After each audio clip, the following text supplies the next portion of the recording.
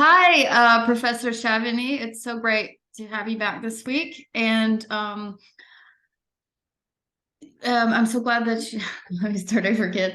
Hi, Professor Chavigny. It's so great to have you back this week so we can expand a little bit on last week's theme of American elections and politics.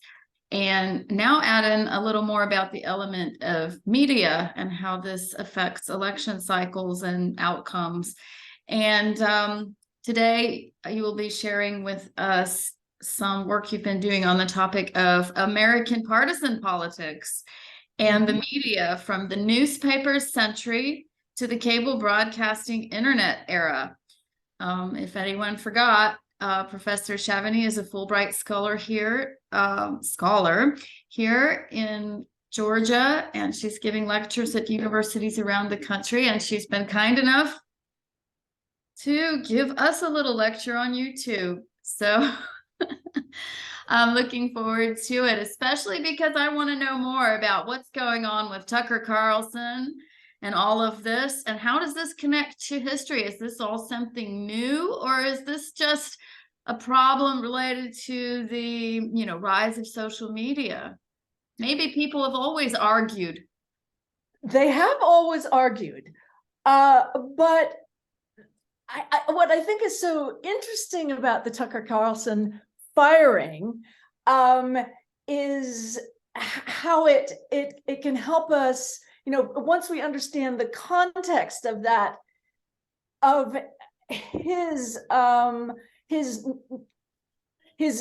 news opinion show on Fox News, and we can then go back in history and see some of the connections, but also some radical differences, which is the way I've been using history in my lectures in Georgia since I got here, really to help us understand the present through the contrasts and some of the connections. So I'm going to go now share my screen so that we can move into the lecture, the presentation. And here we are. There we go. Okay. Let me put, this is the title of my talk, and the newspaper century is essentially from the 1800 into the 20th century. There's a little bit of a break, although a change because of the newspapers and print media was joined first by radio, and movies, and then by television. But I think that the bigger changes occurred with the reorganization of broadcasting, with cable news that sort of started competing with legacy news, and then the internet era. There are a lot of continuities, but there are some important disjunctions. And so the first part of my talk, after I have discussed what sort of prompted me to want to go back to history, this present situation with Tucker Carlson, then I will bring us up to the early 20th century, and then we will jump forward again to the last couple of decades of the 20th century and into our present time. Okay, so that's the time frame. Let's look at Tucker. There is Tucker Carlson. He, up until last week, was the top Fox News primetime host. He had the best time slot, and I first encountered him in the lead up to the 2016 presidential election, because I was very interested in what I wasn't hearing from the legacy networks, from more liberal-leaning cable, and from the liberal-leaning print media that I read regularly. I thought, what is it with this Trump guy? How come he is what's he got going for him, since I can't feel Trump. I can't do that. So I started listening to Tucker Carlson. He comes, and I didn't realize that he really had just gotten into that slot in Fox News. He'd been sort of rising through the ranks, and he hadn't been hired that long ago. Spent a lot of time in the wilderness, and I can't remember his career, but he wasn't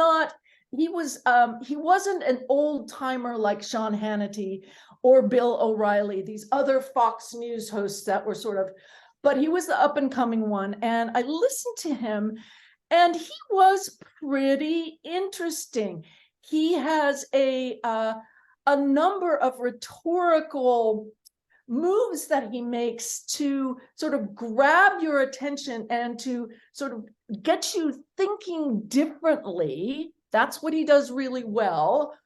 But after the election, I got really tired of the kind of the slipperiness of his reasoning and the way that he assumed lots of things that I thought needed more explanation. And yeah, as we all know, yeah, and left out important there are important gaps in the evidence that there's stuff that was just missing. And so I stopped watching him. But the fact is that I didn't really understand what he was doing. I didn't understand that he was not trying to persuade me, someone who was having questions about Trump and about Trump supporters. That was not what he was trying to do. I had mistaken. I thought that he maybe was more similar to pundits who write and who try and make an argument. Not necessarily CNN, which is sort of became the mirror image, although not exact mirror image of the way that news and opinion was delivered on Fox News. They look more similar than they actually are, and I can talk about that now. Anyway, here's Tucker on the right directly below that statement up there. Tucker is the fellow directly below. He's got one of his patented sort of like, oh my God, look at what you're bringing to me. The world has not been paying attention. And he's talking to a Democrat, he's Robert F. Kennedy, who is the sort of leading anti-vax politician in the United States, or at least the leading Democrat. He's made a thing out of being anti-vaccine. So of course Tucker would have him on his show. And I wanted to give you a view of the owners. Well, the owner is Rupert Murdoch and his son Lachlan, and they're the ones who fired Tucker. And the Murdochs are very important figures in especially English-speaking, but also right-wing broadcasting and print media news across the world. Mostly, I mean, they come from Australia. They got a foothold in the UK, own a couple of major newspapers there. And they own the Wall Street Journal, among as well as, which is a very respectable paper, which I actually have a subscription to it. I'm a little bemused by its opinion page because it sounds a little bit too much like Fox News to me. In other words, there's more reasoning, but a lot that is assumed. And sometimes I can't understand what the writers of these opinion pieces, who they're certainly not talking to me. But the rest of the paper is very, very good. They haven't meddled with it so far. They also own the New York Post, which is a much more sort of tabloidy type of paper, which the tabloid and tabloid journalism really is what the Murdochs are doing most of the time when it's their news outlet, like Fox or like I think the Sun in the UK.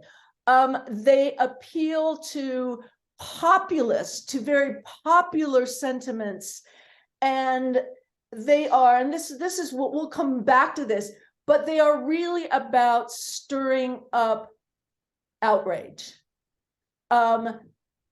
They Appealing did to not. negative emotions. They are, yes. They did not invent the American brand of outrage news media. But it's right up there, and we'll get to who did invent it. And it's right up their alley. It's right up their alley. They're probably thinking, and they incorporated that into their own business model. Okay. So they're very powerful people, and they have a lot of sins to answer for when they come before the jury of the Lord. So just a few more words about, when I was thinking about this and the firing of Tucker Carlson and the structure of American media, I was thinking that there actually are a lot of at least what look to be similarities between the present day media and politics and that of the that came of age in the as democracy was getting on its feet in the early 19th century in America. It's an age of really conflictual partisanship in the United States today. Now, we're always talking about, as is being talked about in Georgian society, the polarization of these of citizens. In the United States, it's very much it's very it's the Republicans against the Democrats. We are divided residentially and geographically in the United States. Cities tend more blue unless they're in the South, and neighborhoods tend to be more or less homogenous politically and also by class. We in America, we often forget that 1/3 of the citizens identify themselves as independent. But that makes actually for a more contested. It's a more contested politics because of that. These are honest contests that they are not, unlike in Georgia, where the opposition parties don't seem to be able to challenge the leading parties effectively. There is a lot of challenging, although there's also in the United States one party succeeding another, although there's a lot of manipulating of the rules, legal manipulation of electoral rules in order to gain advantage. Okay, so in the early years of American democracy and all through the 19th century, partisanship, that is belonging to one party or another, and contests, electoral contests, were absolutely at the center of American political life.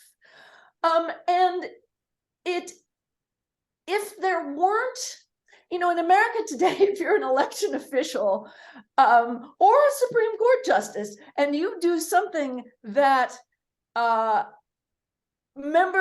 certain members of the opposition do not like, you can be subjected to death threats.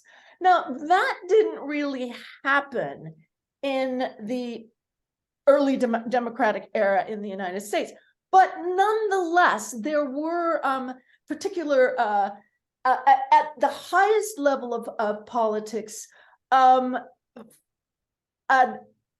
it could turn into a blood sport. In other words, Alexander Hamilton was shot by Aaron Burr over political differences, over insults, political public insults, and Hamilton died. And there was a culture of honor among many Republicans. Is there any left of that? I mean, on either side, I'm sorry.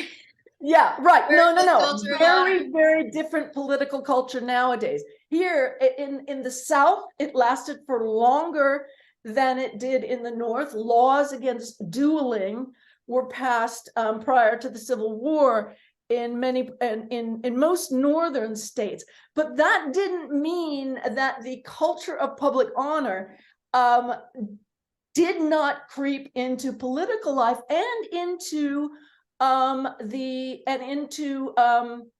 the lives of newspaper editors. For example, in 1842, I think a Kentucky congressman, and he may have been a former congressman at that point. No, I think he was actually still representing Kentucky. Traveled to New York City to proclaim that he had become totally abstinent from all intoxicating liquors, that he had adopted the Washingtonian total abstinent pledge, and he was giving speeches to fellow Washingtonians, most of whom were pretty working class. They're a pretty rough crew, and it was being cheered by them. You've joined our movement. And he was insulted by a newspaper editor who said, of course he's not totally abstinent. He's from Kentucky. I have a good intelligence that he was seen drinking not weeks ago. Blah, blah. And this Kentucky congressman, whose name was Marshall, he challenged the newspaper editor to a duel. And they had to go to across the river to New Jersey, where dueling was still legal. And I think it ended up okay that they both missed or something like that. But it goes to show that there still was some of this sort of very personalistic culture of honor in American politics. And it would appear in the 1850s when a Southern senator got really mad at a Northern senator because of the way that, not just the way he characterized slavery, but slaveholders. And so on the Senate floor, he took his cane and beat the shit out of him. These things still did go on, but that was not the general tenor of partisan politics in America throughout the 19th century, is that the culture of honor was on the wane, and sort of a different style of contestation came into being, one that was serious, but it was rollicking good fun.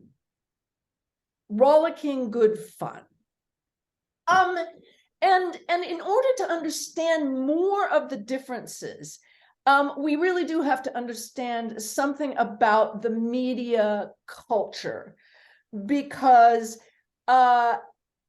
newspapers were absolutely essential to partisan politics.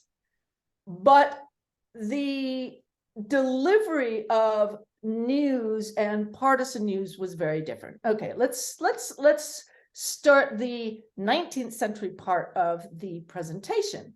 Okay, I like to start with Alexis de Tocqueville, about every other lecture. He was a French aristocrat who visited America for 10 months in 1831 and 1832, and devoted his time to observing American democracy firsthand.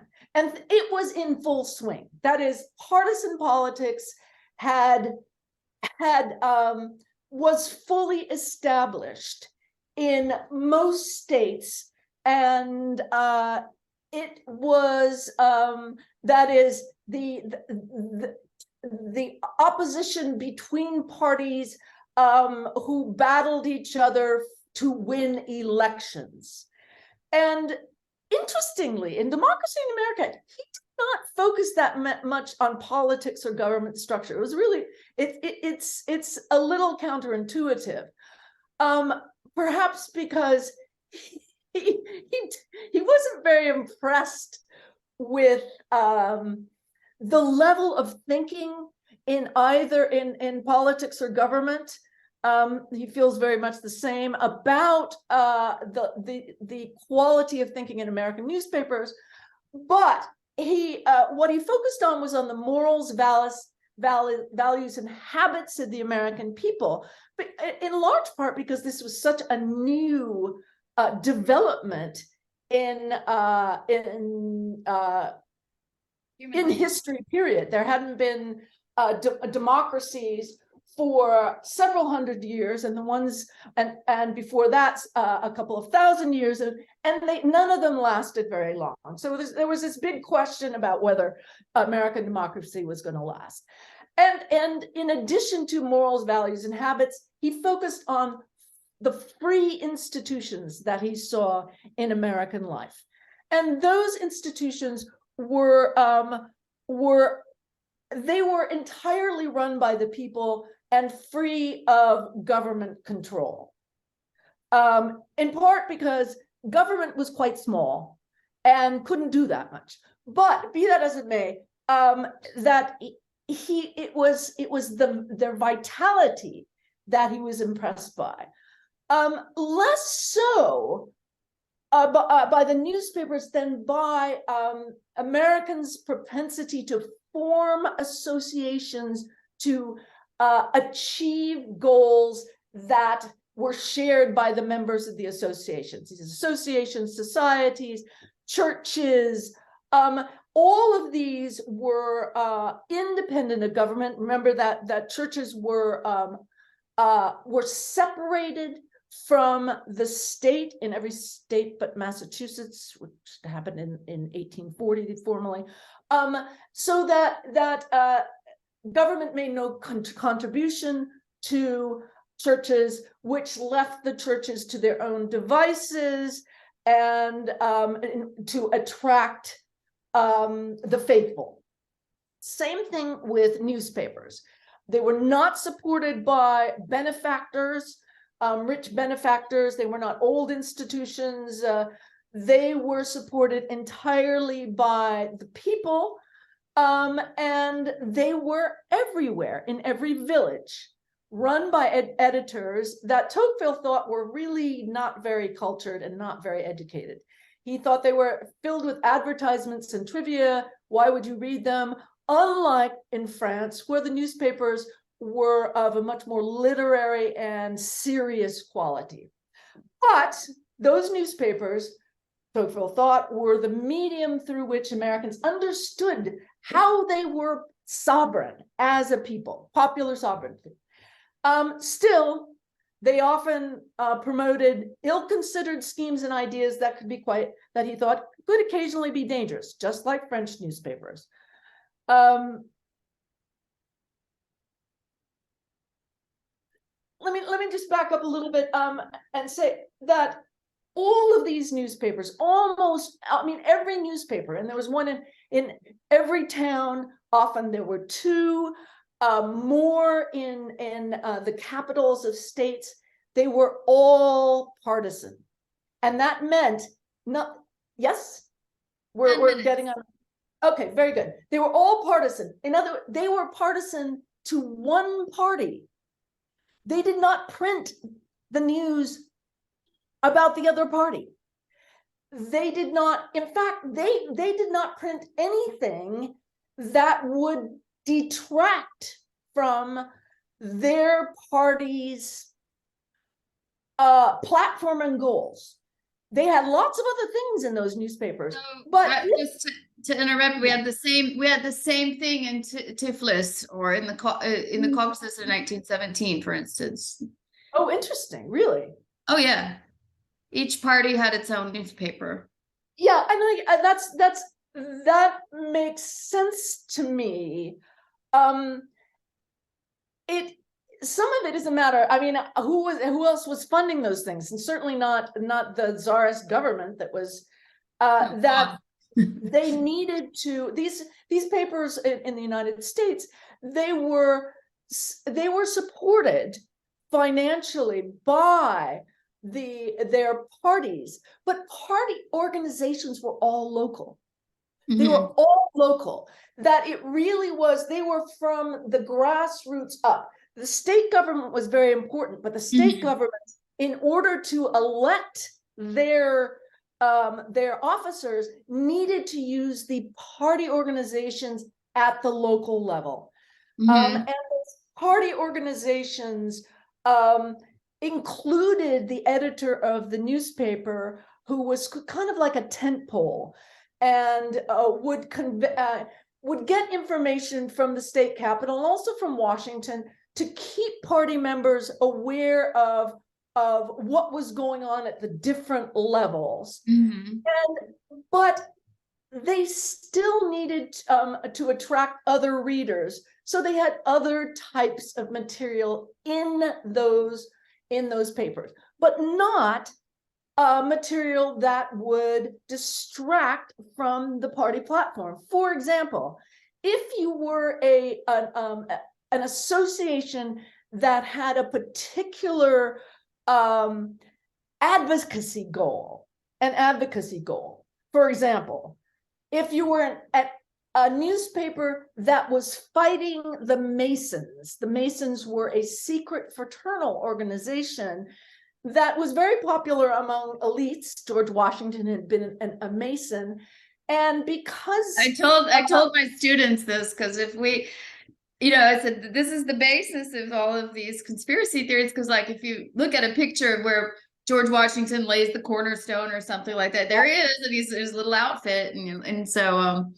yes, and so that these, and this was in upstate New York, in this burned over district, which had a lot of religious revivals. But the sense of the anti-Masons is that because Masons were in they're in positions in the judiciary and the government, that they were using their secrets, hand signals or something, to communicate and get special privileges, so that they were subverting the people's will. And the anti-Masonic movement had to print its own newspapers to disseminate information and to garner more support. And they eventually became a party of their, a national party as in some regions. Dr. Chavigny, they're going to say we're Masons now since we use the signals. Yes, that's right. That's right. I know this is only PhDs in historical topics. I'm sorry, I now you'll have to murder me because you gave away the secret. And in any case, the regular partisan newspapers, Whig or Democrat, later the Free Soil, they did not want to deal with the Masons. That was kind of like it was too hot an issue, so the Masons published their own 140. I mean the anti-Masons, right? Yeah, they the anti-Masons. And so this is what all third and splinter parties and reform movements, religious denominations, fraternal organizations, they all had to do this, and they could, because of the entirely decentralized nature of printing and publishing in this period. Throughout the 19th century, there was no sort of New York, literary world that was dominating things. So there were jobs available for editors and writers back then. Or were they not paid? You published, you wrote and published your own paper. Right, but did the organizations pay somebody to do this? Or was it all volunteer work? You might have an apprentice, a compositor setting the newspaper if you were lucky. If you had, and there were also, some, as the century went on, there were job printers who would print the issues of a paper. If it was weekly, usually a newspaper would have its own printing press, but these were the very slim operations. There were no reporters there, and in fact, they didn't. It sounds volunteer more. It sounds like the members of the organization did it together or something. Or the head of the organization. I'll show you. I'll show you what they did. And I wanted to say, just the extent of publishing during this period where a total of 2,526 serial publications from 254 dailies through 19 quarterlies, semi-monthlies, weeklies, semi-weeklies. And there was tremendous churn, right? They were always merging and then depending on, so yes, there were jobs in a sense. I mean, the editor publishers expected to make a living, but they didn't do that much of the writing, and they did almost no reporting. Oh, so people were people sending in opinions or something? That's right. That's right. In fact, they were, so this was a breakdown. This has been it was very interesting research that's out there about the breakdown of what was in these antebellum newspapers. Let me see if I can, and it's only 9 of them, but it's still, there's 5 metropolitan, 4 non-metropolitan. And as you can see, political news tops the list. And then there are business and labor, really important in metropolitan areas, a little bit less, a good deal less in these non-metropolitan. Remember that almost more than 90% of the people in the United States through most of the 19th century, I'll show you graphs to live in non-urban settings of 5,000 or less. The less you have to do besides farm work, the more interesting politics is. Once again, like last week we mentioned, no TV, more politics, nothing to do, politics. Exactly. I mean, it gets more interesting, Yeah, I mean, politics and also intermittently religion could be very interesting if you had revivals. But politics really was the thing. And then there were, working bees. That's, the rhythms of agricultural life. There was lots of other stuff. Women were covered. 1 minute. Okay. Let's just stop then. Let's go to the next one. Before it could cut. So. All right. Very good. Okay, just a sec. How do I get out? Not automatically. Something went on here.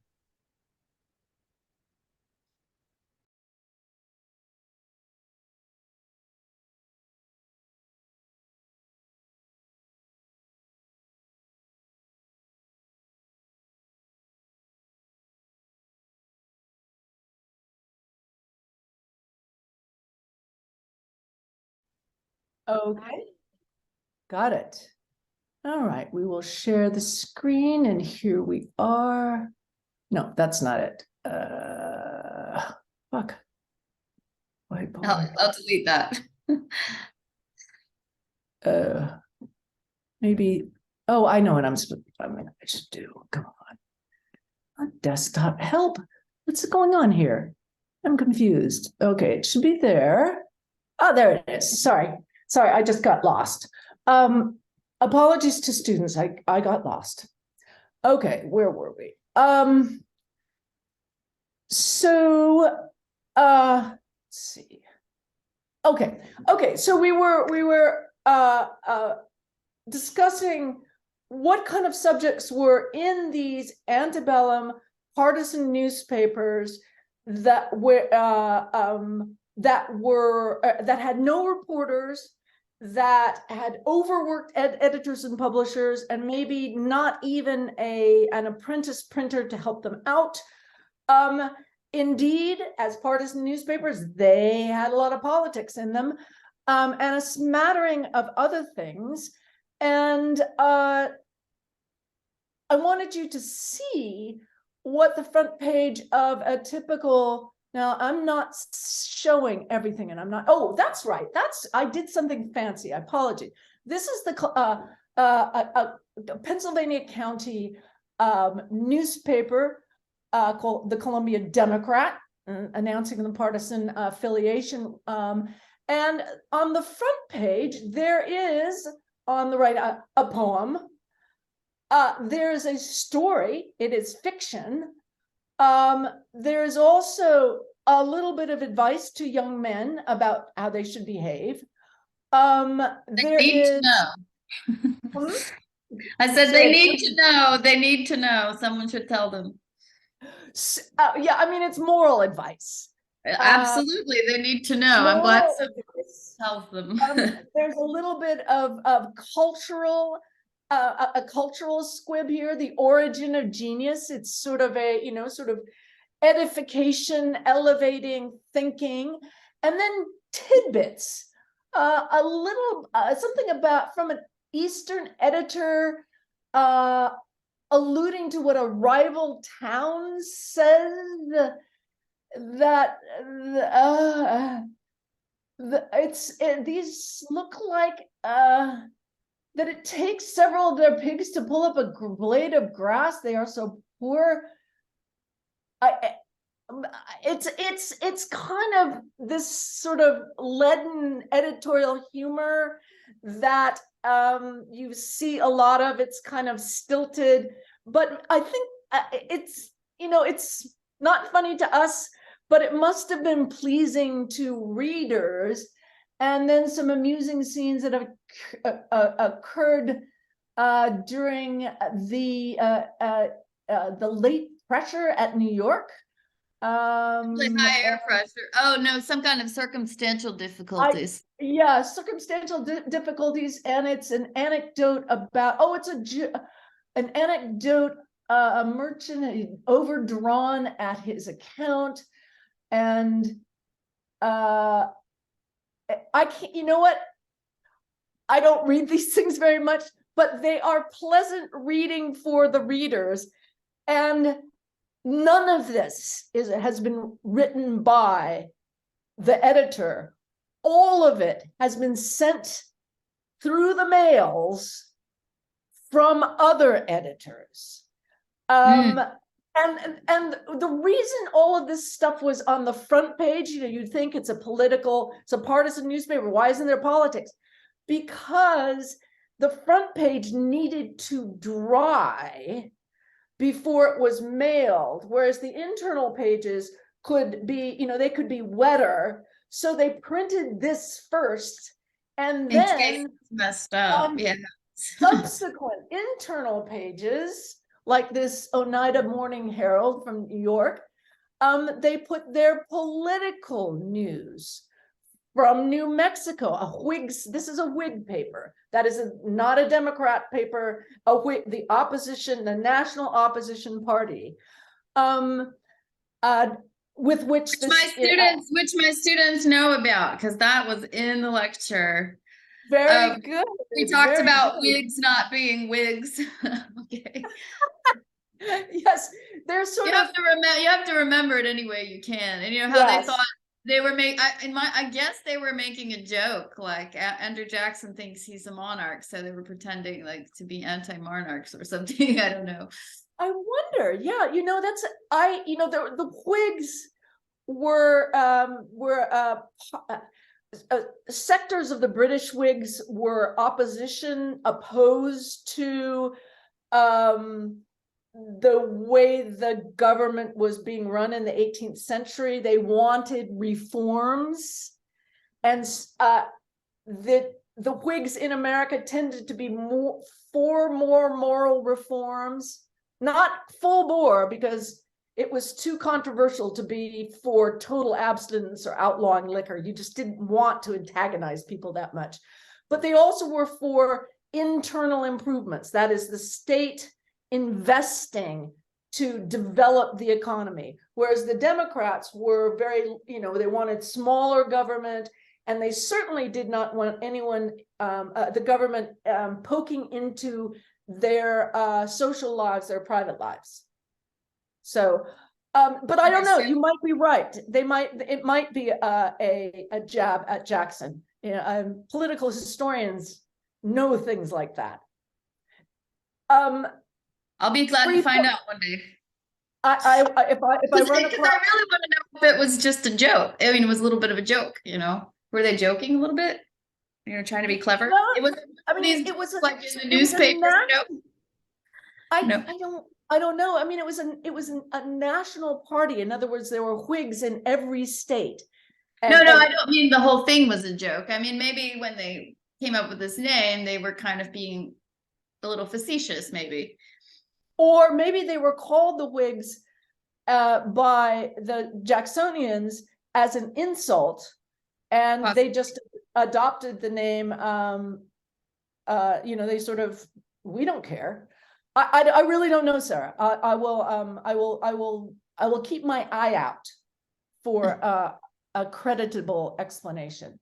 So, and this is really common to have convention proceedings published in the politics page. Also, sometimes excerpts from the congressional record, from Washington, D.C., and things like free postage. That's a big deal because free postage was supplied for political materials in this period. It was called a franking privilege, and it helped us to it stimulated both local economies, but also the circulation of political ideas. And then there are a bunch of other sorts of political topics which are reprinted from other papers, often ascribed, but not by author. It's like this, it's from this paper or that paper. Authorship was not a big thing unless it was a poem or a piece of fiction. And inside these papers, it was advertisements, local businesses, it's almost banks. like they just thought this is fact or something. If not, I'm sure there were opinions, but I mean, like, it said things about whatever is, then it's not creative work. You're just describing something. No, it was sort of culturally edifying. It was that's a word that's historians would. Edification. It's not really education, but it is edifying. It elevates the character, or it was it's intelligence. That's what they called it. It's intelligence. Is that we have intelligence from another editor or from the Whig Party convention, and the whole notion of, was it fact checked? That was not. So your point is taken. No, your point's taken. But I meant, and I mean, and it's good you clarified that. But I sort of meant, it's like they didn't. It's almost like creative. I mean, I have no idea what was really going on then, but it's almost like the only thing that mattered for authorship was if something was really a creative work. And here it's just talking about politics or something. That's not creative work like writing a story or a poem. You're just you're reporting on things that happened, or you're telling people how that I don't know. It just seems like maybe they didn't think ownership was necessary or credit was necessary if it wasn't like this creative work. They didn't. I mean, and in 18th century newspapers, authors of opinions would not sign their real names because, I mean, it wasn't so much that it was sort of a combination of things. Is that previously you in monarchical societies you did not, and also just in more traditional societies, you did not want to be seen as taking on a role that was properly the government's. So Benjamin Franklin, in his original, when he was as a young man writing papers like Philadelphia should do this to improve, to promote the public good, he would not sign his name because it was interfering into a governmental domain. And there was this sense then with republicanism that you did not want to be putting yourself as an individual forward.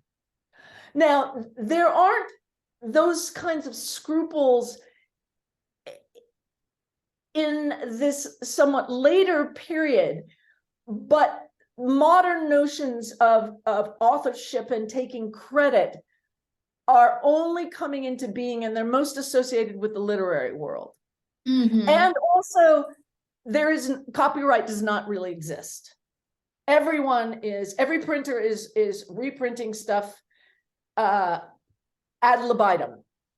Congress has some, I think that the Library of Congress and copyright and these sorts of things, registering your publications is in place, but there's no way to enforce it. And so these are the kinds of things that made Tocqueville think, this is ridiculous. I'm not very interested in this. And I don't know why Americans are so attached to these papers, but they are. They really feel like, once they have a view in their head from their newspapers, you can't dislodge it. Well, that sounds familiar. Once Tucker Carlson tells me what to think, it does.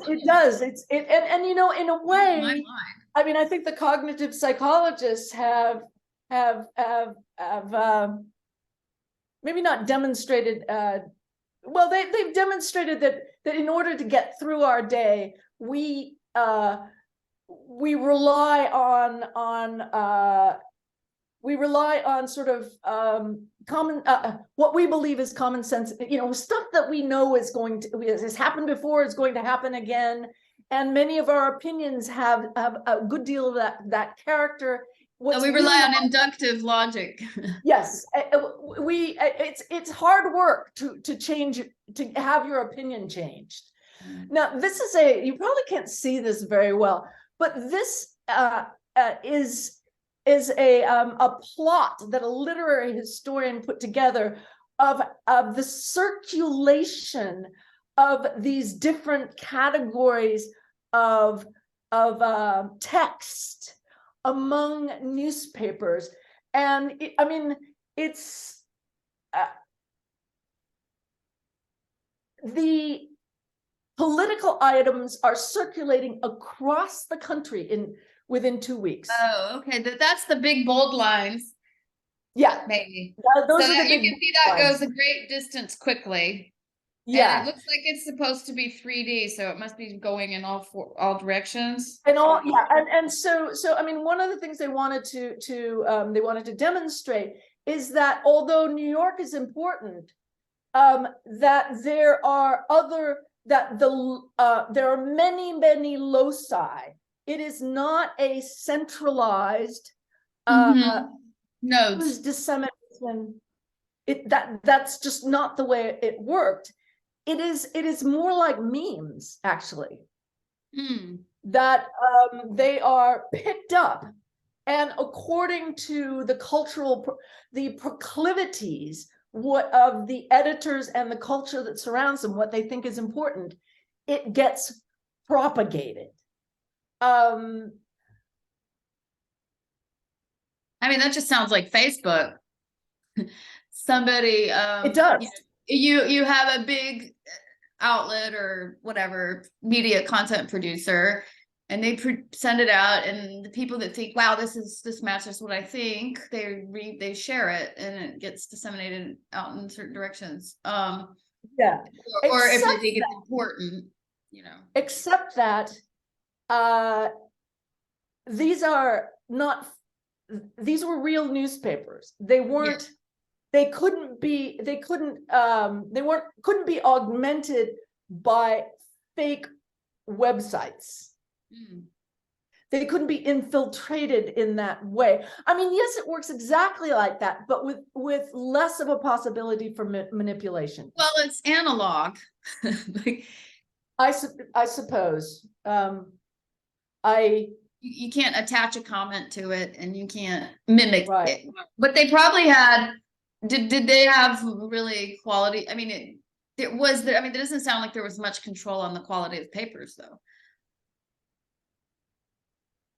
What do you mean control of the quality of the papers? There's no control. Exactly. I mean, there was a shared sort of sense of it was what. Now, this is one thing. It's what the readers wanted. You notice that this cultural stuff and this moral elevation stuff, that was appealing. That was appealing to women. Women they wanted to have. There were very few newspapers that intended to be for men only. There were some. There were some that had sort of, they were sporting news. That was because and that was usually in very small distribution in certain urban centers. So I mean, it was they needed, because they were not overly financed by the parties they were supporting, unless they were in a state capital and their party was in power and could give them government printing jobs. That was awesome. But otherwise, they really had to. It's similarly with American religion. Because it wasn't supported by the state, they kind of had to find this sweet spot between the whatever the creed of your church was and your worship style and what the people wanted. They sold the papers, or did they cost a penny or something? Subscription. So they had to pay editors something. Unless it's the local. The editors, they did the work. I mean, subscriptions, advertisements, and the people selling them one by one. But where the innovation was happening is in big cities with the penny papers that actually cost 1 penny. And did involve a form of investigative journalism, which meant that James Bennett of the New York Herald went to trials and reported on them, or went out and got information about interesting things that were going on, of which sort of a perfect exemplar is P.T. Barnum's Fiji Mermaid, which was a hoax news. In other words, the appeal of it is like, is it really half fish, half mermaid? And here's an engraving of what it looked like.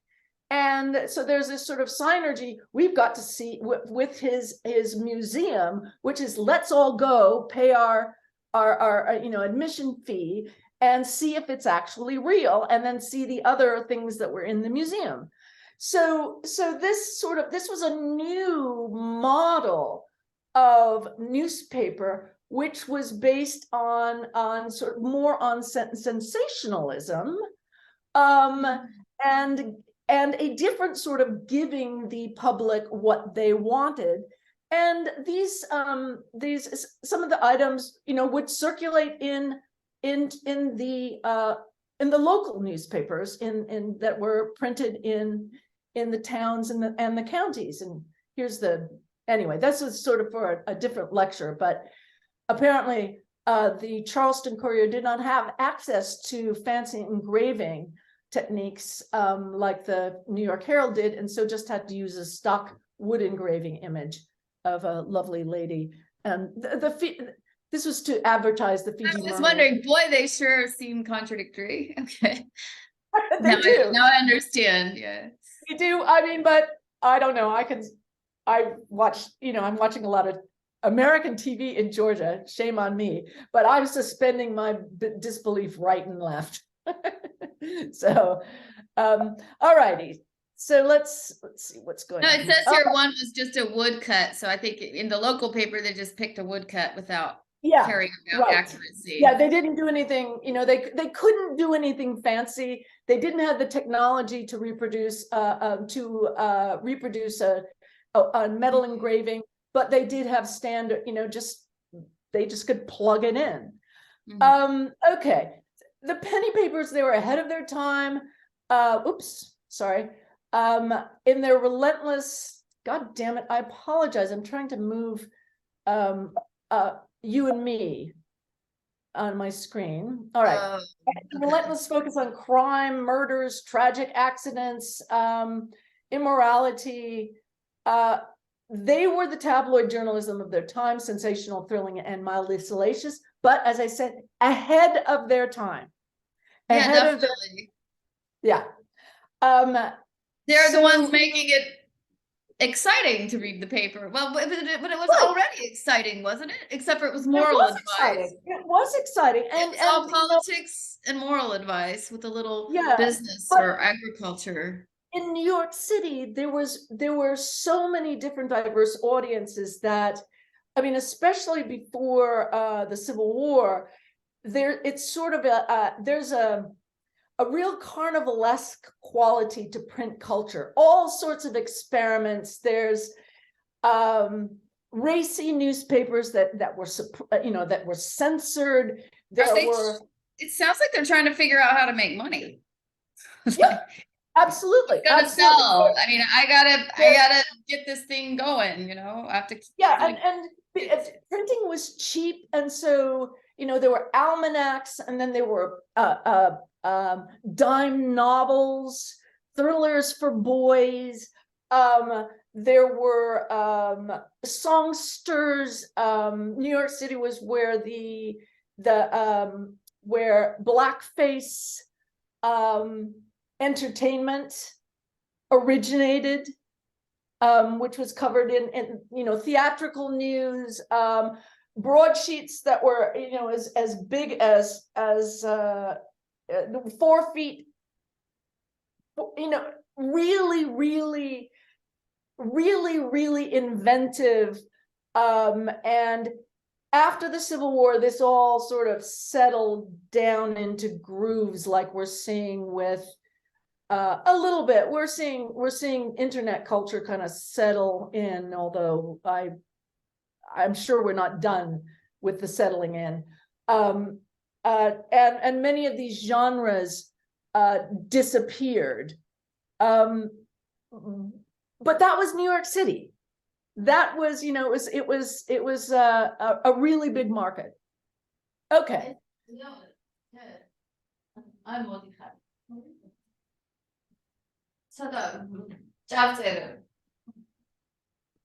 Okay, so I wanted to get back to remind us of what all these small town partisan newspapers were supporting.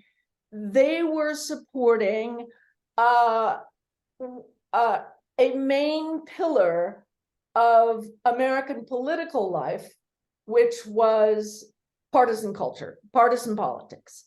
And it was something that people took very, very seriously as this sort of a bit sentimental, but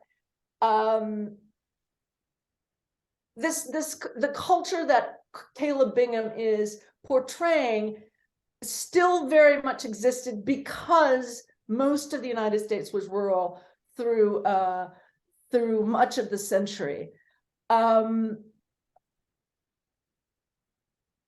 And here's the county election. Once again, a sort of it's a male environment, but it is obviously it looks like the whole town is there, including boys, African Americans. They're drinking, they're having fun, they are politicking, and there's an Irishman who's taking the oath to vote, and so it's a very vibrant part of American life. And I wanted to remind you also what the parties are doing, that the parties in this partisan culture are responsible for printing their own ballots, their tickets that they give to voters, so voters can vote the straight ticket. They don't always do that. They can cross out things, candidates, and write in the opposite parties or another party candidate, and there are often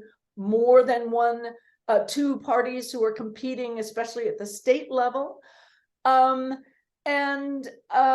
This is for the Free Soil ticket, which after the Whig Party collapsed because of slavery was too divisive, there was a whole series of subsequent parties trying to position itself vis-a-vis a range of issues to achieve sort of a national prominence, which the Republican Party achieved in the election of 1860, but that was because there were four parties competing for the presidency, and as a sign of how divisive things were, once Lincoln was elected, then the lower South seceded. So, I mean, partisan politics were extremely serious, and obviously were divisive enough that the country flew apart. So, you know, we have many people are quite worried that either our democracy failed or it is on the brink of failing in the United States. Is that an really analogous to what was going on in the 1850s? I don't think so, but it feels that way to a lot of people in the here and now. That is contemporary. Yeah, I'm glad you mentioned that, because I did mention that in at least one of my lectures. I was asking, like, we've got this constant tension between centralism and centralizing and decentralizing, centripetal tendencies, and then we've got a system where there's two main parties, and yeah, I mean, I'm not. And I said, sorry, let me finish. Please, I said to them, so it feels like that it's gone more and more centralizing, but as I pointed out from your past lecture, but it's still quite decentralized at the same time, and there's always this tension. It seems like it goes more and more centralizing, but could it fall apart? Is it going to go back towards decentralization? I don't know the answer. And you just kind of say a similar thing. So I don't know if you want to expand on that a little bit. Well, I think it's far more centralized than it used to be, but that doesn't mean that there isn't. It's centralized, far more centralized in some ways. Our media is much more centralized compared to the 19th century, and it's really only recently. Well, it's creeping along with the three legacy networks. That was a very sort of unifying influence. The three broad legacy broadcast networks, especially during the Cold War. but we still have all those local governments electing all those, those officials. I think one of the problems is that we are very much less involved in local politics. We're much more involved in national politics, and state politics is sort of, it depends on where you are in the society. As a rootless intellectual, I have a hard time remembering who my representatives are in the Virginia state legislature. But I ought to remember. I mean, I always vote Democrat, but they always lose because I'm in a very Republican area. Okay. No, I think that's a very important point, is where's our consciousness at? Yeah. And if I were in America, I would be right there in local politics, because I think that's really, really important. It is really important. It is really important. And it gets even more, if you're a homeowner and you have a child in school, it's really, really important. I do think, though, that it's harder to be involved in local politics than it used to be. Some people, I don't know, is that because the Fool Club monopolize it, or is it just because you don't want to have arguments with people, or is it just because people are less interested in it and there's less support? It's because the short answer, and probably not a full answer, remember, I'm not a political scientist or even a political historian, is that the two parties, with the help of progressive and other reformers, made it much more difficult for other groups to get into politics. Yeah, we were talking about that today. It's just, and there's there are all sorts of barriers to getting into politics, and our politicians, municipal politicians, also have all sorts of ways. I mean, they have where it's not as participatory as it used to be, and maybe as it was in the 19th century. Some of that makes sense because a lot of elective offices have been replaced by appointed or civil service hirees, because you don't want, Aunt Sally running the building licensing department in City Hall. But you want somebody who knows what they're doing. Yeah, but it's been to the advantage of politicians to have less contact with voters rather than more. And that has been a trend since the late 19th century. Well, that almost just sounds like cushing, making your life cush. Like, the less people are aware, the less people are going to challenge it, and we can just put our friends in here and there. I'm not sure. And with the collapse of local journalism, keeping tabs on no watchdogs. Yeah, there are fewer watchdogs to say, hey, there's something weird going on here. But so I don't know. I mean, this is a difficult topic because it's really it has to do with, on the one hand, the administrative state, the growth of it, and on the other hand, how parties they are going to try and jigger the rules to make their lives easier and more secure. I mean, it's James Madison, the Federalist number 10, being close to power makes you want to make it difficult for people to oust you from power. But it does mean that citizens do have to be involved regardless of that. And as you say, it's getting roots in the community, or as I said, getting deeper roots in the community is a real motivator to get involved. Okay, the only thing this particular slide, all this is about is to remind people that as things are changing, as the United States is becoming much more urbanized, more industrialized, more immigrants are coming into the country, it still is predominantly rural, demographically, statistically, until around after 1910. And even then,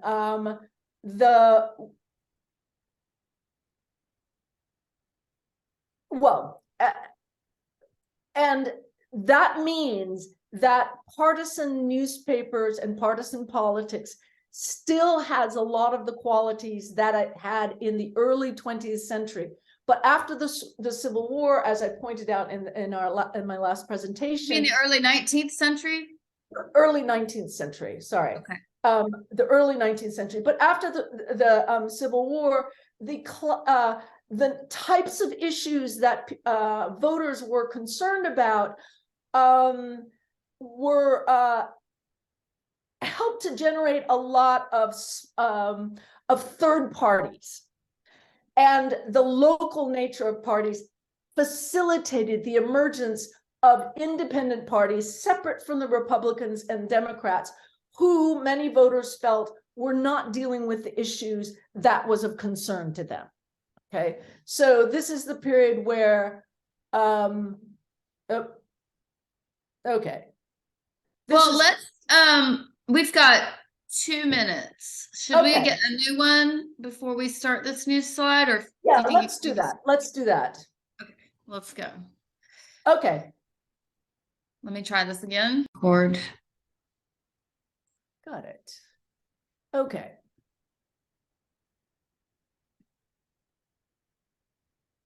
Okie dokie.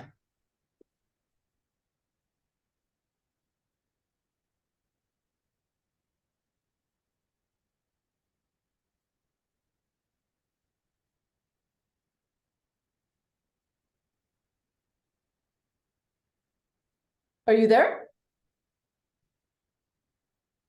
Yeah, I'm here. Can you see me? Oh, I forgot the video. That's okay. Okay.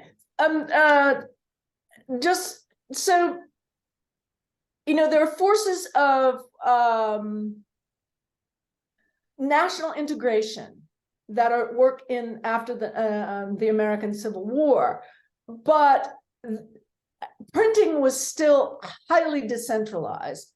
So that meant that the proliferation of newspapers and publications by not only partisan newspapers, but also different religious denominations, reform associations. There was a really dynamic and multiple public sphere, or multiple and dynamic public spheres, which we kind of don't have anymore. We have the internet, and that, well, maybe it does replace some of those elements, but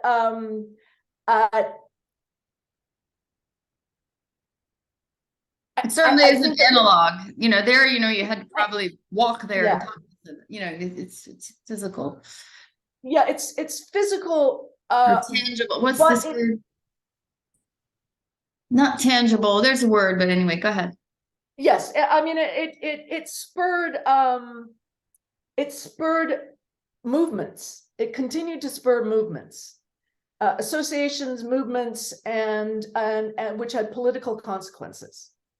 And so the partisan newspapers continued to play the key role, and because any group with political ambitions could print their own tickets, if they were able to get enough voters, they could become a political force. So this is a continuation of that sort of many aspects of that pre-Civil War political culture. And you all have, I've already shown you these different tickets that parties were putting together, tax paying, in money policy, and the big one, which was the populists, which the word has already come up in reference to Rupert Murdoch and the type of sort of divisive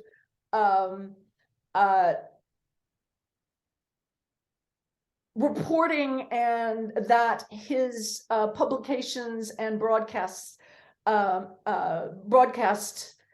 networks promote. This is not quite, this is a different populism that is much richer in content, that had much more grassroots. It was grassroots. It was one of these emerged out of an agricultural associational group of associations in the Midwest, in Texas, in all the in the South and in the West, which started out as educational and became focused on economic issues, and then coalesced into a national political party in the 1890s that demanded certain reforms. And just briefly, was the populist candidate for president was defeated in 1896. The movement disappeared, but almost all of the populist reforms were put into place by progressive reformers and during the New Deal and the Great Society of the Democrats in the 1960s. Okay, so now I want to get back to changes in print culture at the turn of the century. And one of the important changes was the rise after the Civil War, but really in the 1880s and 1890s, of national news magazines that were nonpartisan in character, that appealed to the middle class, and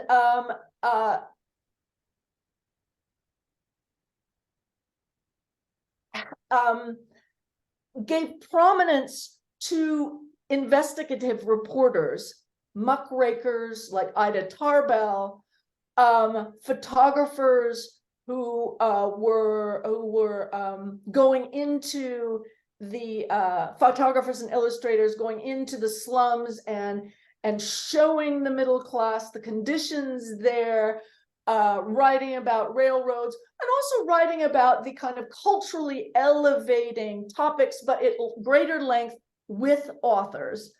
And they were illustrated, they were very popular, and they had nationwide distribution, and they were against political corruption, which they identified with the political machines of the parties,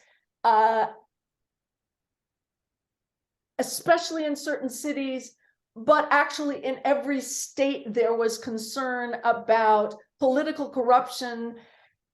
And yet political participation, that is voting and participating in campaigns at the grassroots level, remained very, very high. In other words, most voters, the middle class was concerned about these issues, but most voters were not deterred from participating by the charges and countercharges of corruption.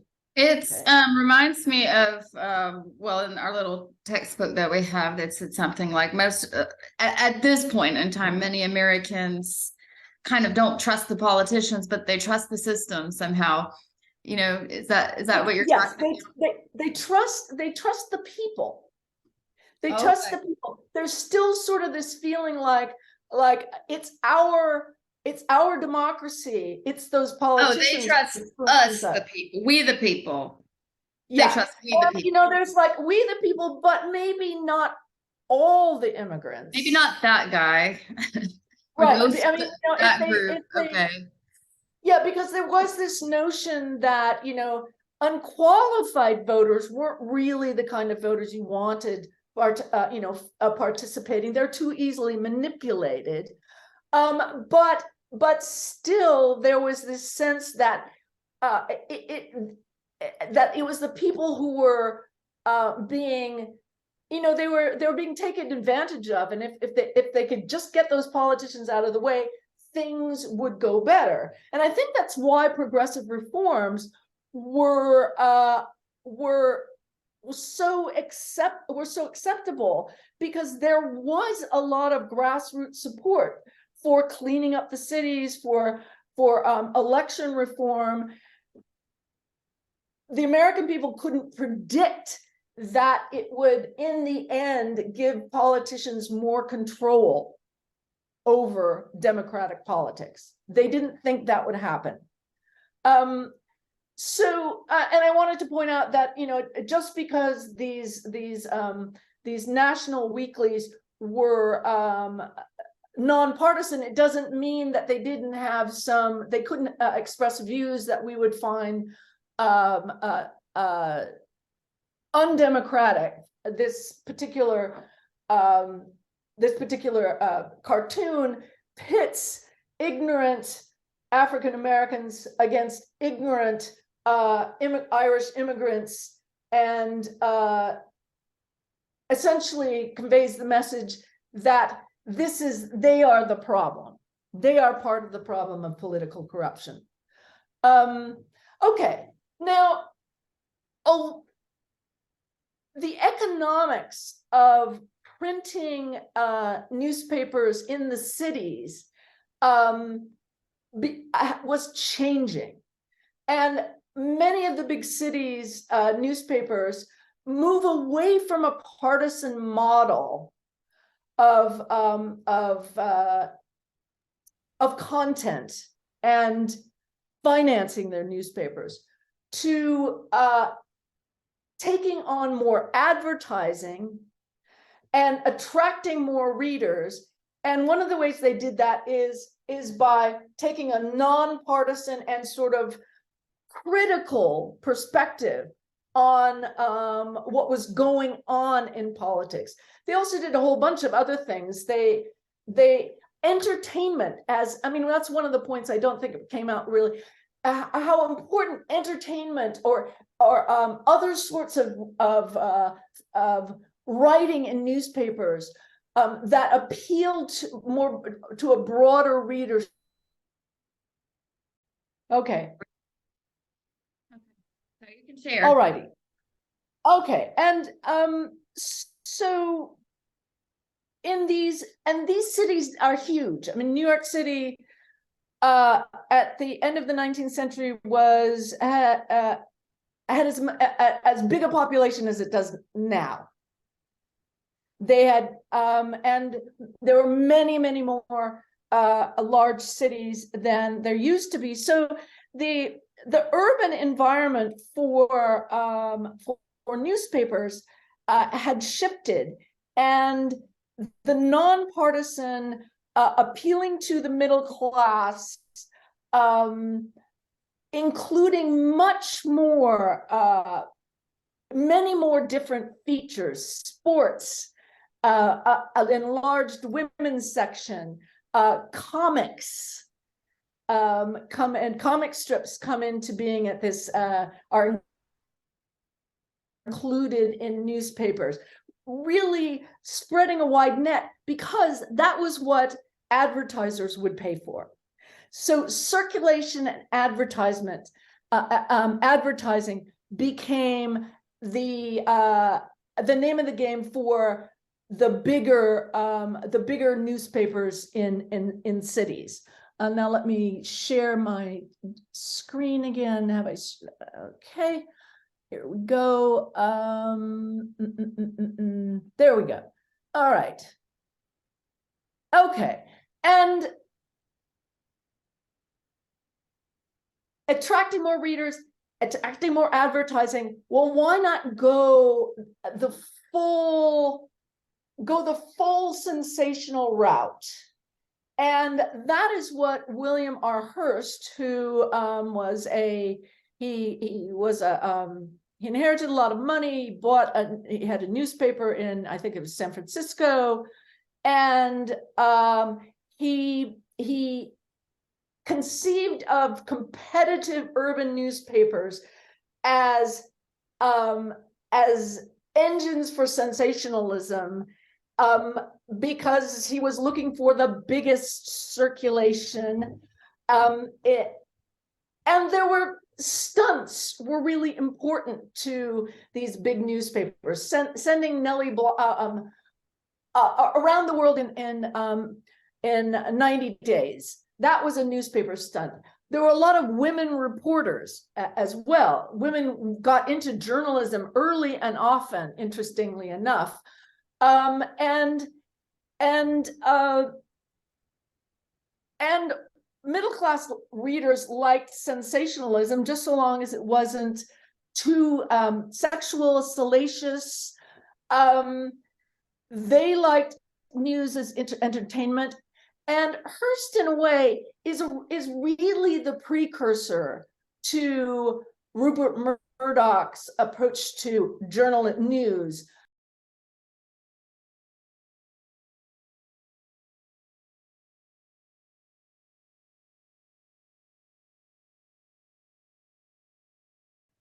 Hello, nice to see you again. Nice to see you again, Professor Sly. Thank you for having me back to finish the presentation on. Let's share the screen here. You haven't quite, you've still disabled the screen, so maybe you can share it. Sharing. Okay. That's okay. Share screen, no. Participants? I already forgot how to do that. Yeah. Share screen? Oh, advanced. All participants. Oh, maybe, do I need to do something? I might need to. No, I think it's good now. Can you do it now? There we go. And what is all this crap? Okay, I'm going to edit all this out.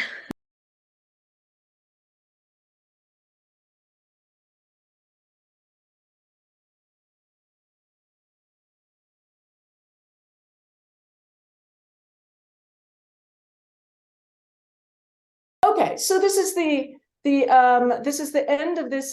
This is going to bring the presentation up from the 19th century, which is I'm calling the newspapers century, to the cable broadcasting internet era.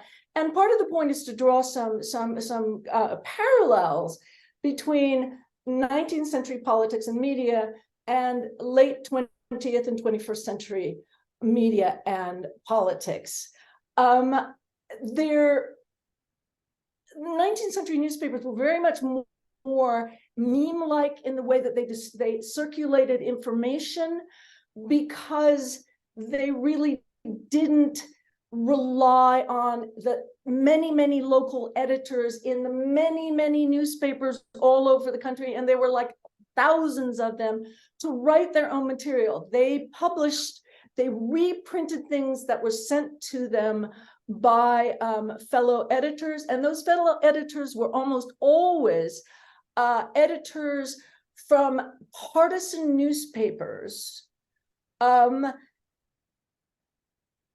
were circulating bits of news and information that was sent to them by other editors. And they were cultural interests, but they were mostly political pieces. And that reprintings of speeches, of conference proceedings, and also news of when next elections were going on, and various other issues. And I can show very quickly what we mean about that. We'll go back to that in a moment. This is, I did want to say something. I just really think this really brings home the point that people really do care about politics through time. Yes. Oh, they do. It was very much more woven into the daily fabric of life in these largely rural environments, small towns, cities. 90% of the people in the United States before the Civil War did not live in urban areas. They lived in rural areas.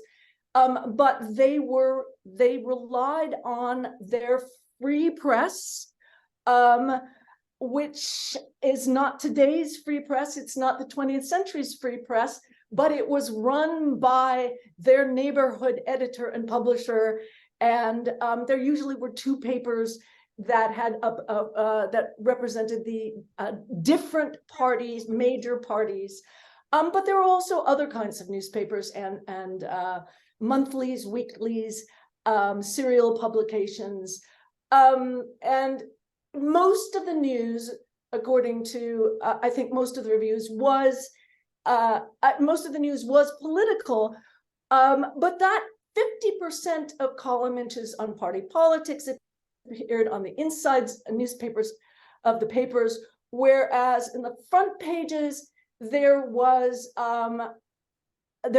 material that would appeal either to anybody, but to women, often to children. There were stories, there was advice. I can't remember what's behind there. Tidbits of culture. Also, it seems like there were also edifying materials, like how to be a good person. Yes.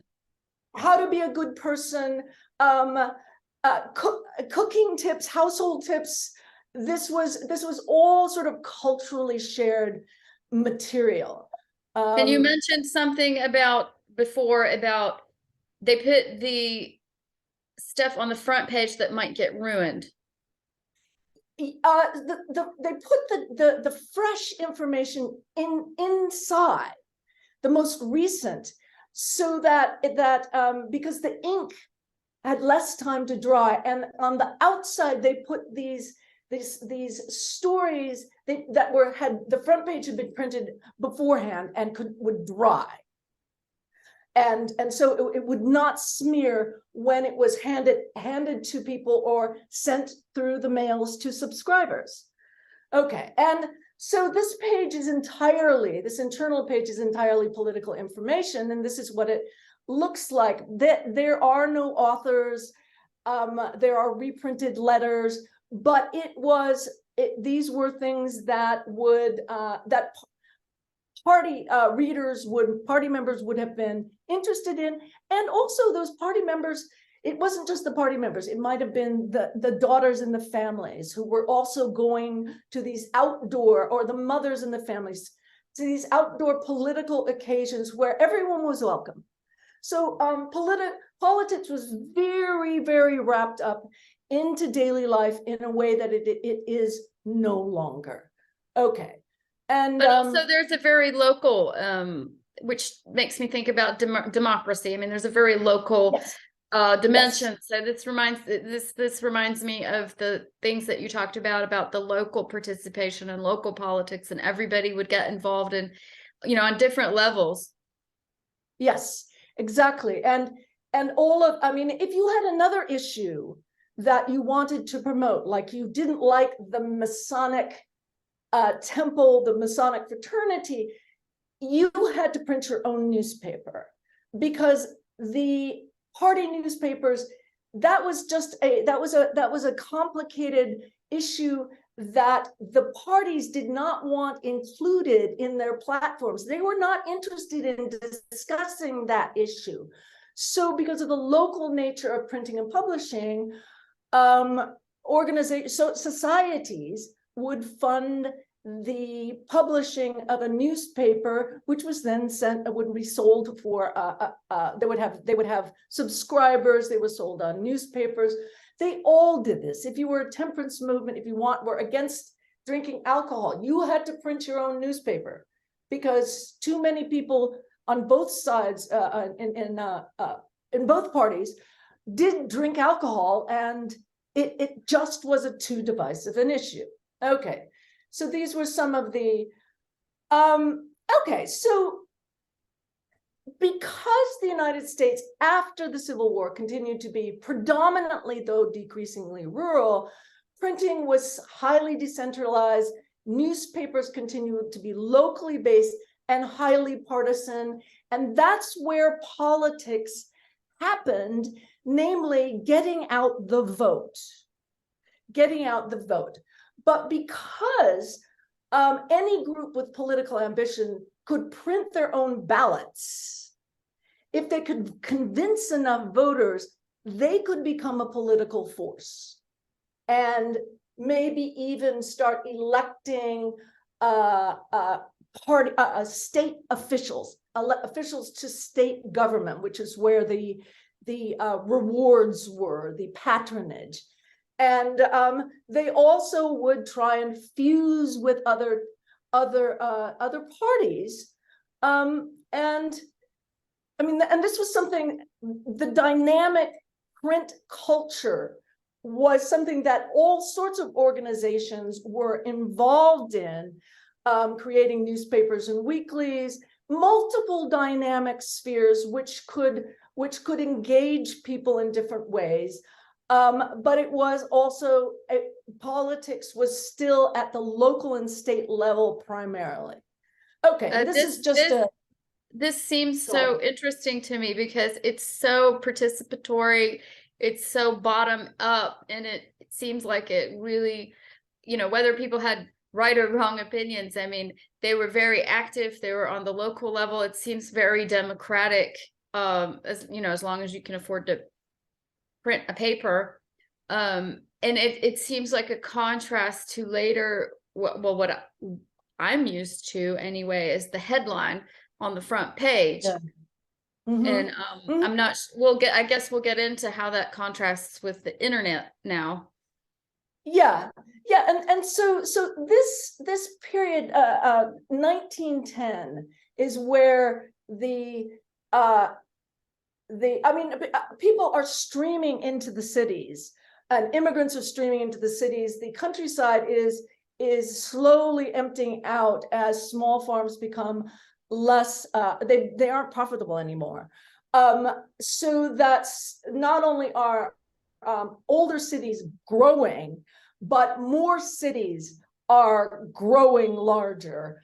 And that doesn't mean that, say, in 1870 or 80 or 90, that the local newspapers go away. They don't. But new forms of journalism start appearing for the national market, a national market that, pardon me for going backwards a little bit. This is an example of the kind of third-party tickets, ballots that were printed at state and local levels, and these parties became more common after the Civil War because there were more issues in play.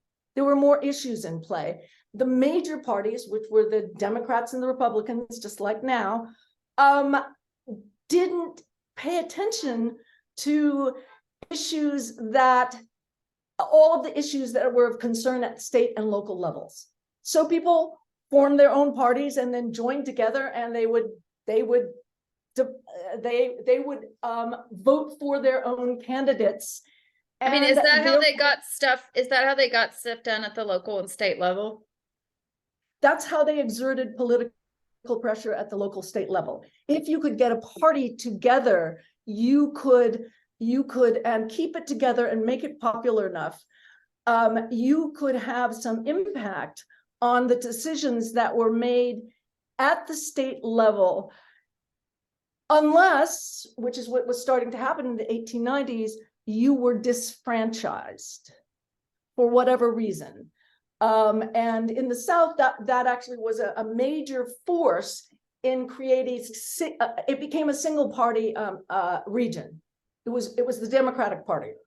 And African Americans were written out of the right to vote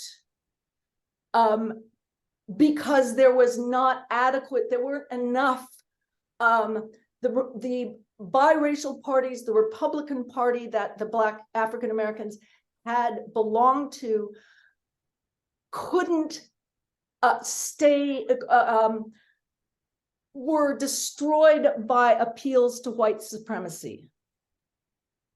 They were destroyed by appeals to white supremacy that siphoned off white support. And which is, a failure in democratic values. Social attitudes. Yes, it is. And the North they did not interfere because they sort of agreed that you wanted to keep incompetent, unqualified voters, you wanted to keep them from voting. And there were reforms in the North that, not as thoroughgoing, that excluded poor people, people who didn't have residency. In a few states, there were literacy requirements, but not very many. It really was a Southern thing.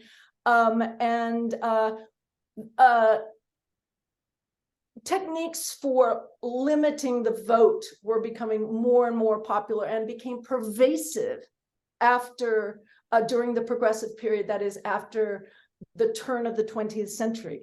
Purifying the vote was educating the voters became very important for these middle-class reformers.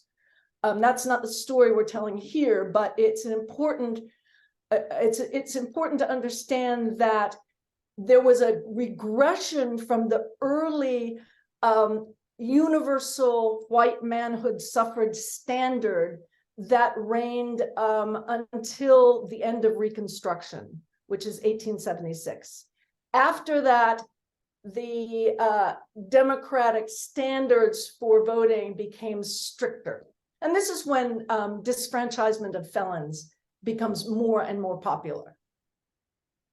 But I mean, do you really want felons voting? I mean, after they've paid their debt, yes, they do. They should be able to vote. Yes. But it sounds like felons. I mean, was this because they didn't want any felons voting, or is this because they thought certain types of people were felons?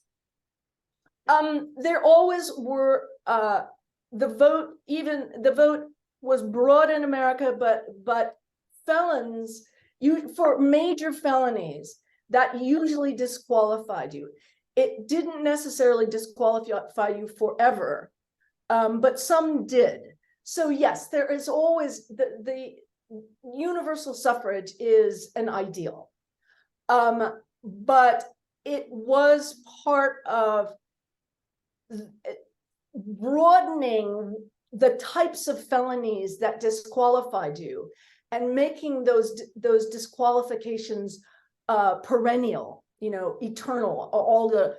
Was one of the, it just can be taken too far. I totally agree. It is a moral issue, and it's how you apply it. It really is how you apply it. It's been applied very broadly, and the South pioneered that with African Americans. Chicken stealing was made a felony. Yes, that really stuck in my mind. Growing up, I just remember seeing campaigns to get felons the vote or something. It seemed like something in the opposite direction. It has gone in the opposite direction. It is, and in fact, I've got some citations from the New York Times that I can send you. It has gone in the opposite direction, but there have been popular votes, let the felons vote, and they've been stymied in certain states by the way that Republican administrations have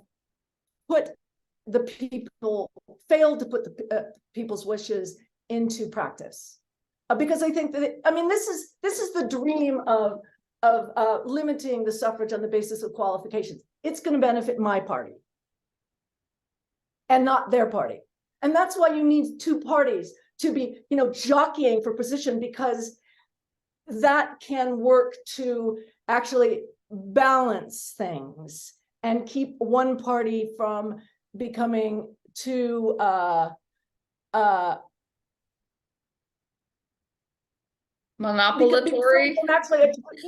Achieving that. It's actually really hard to do it through the vote.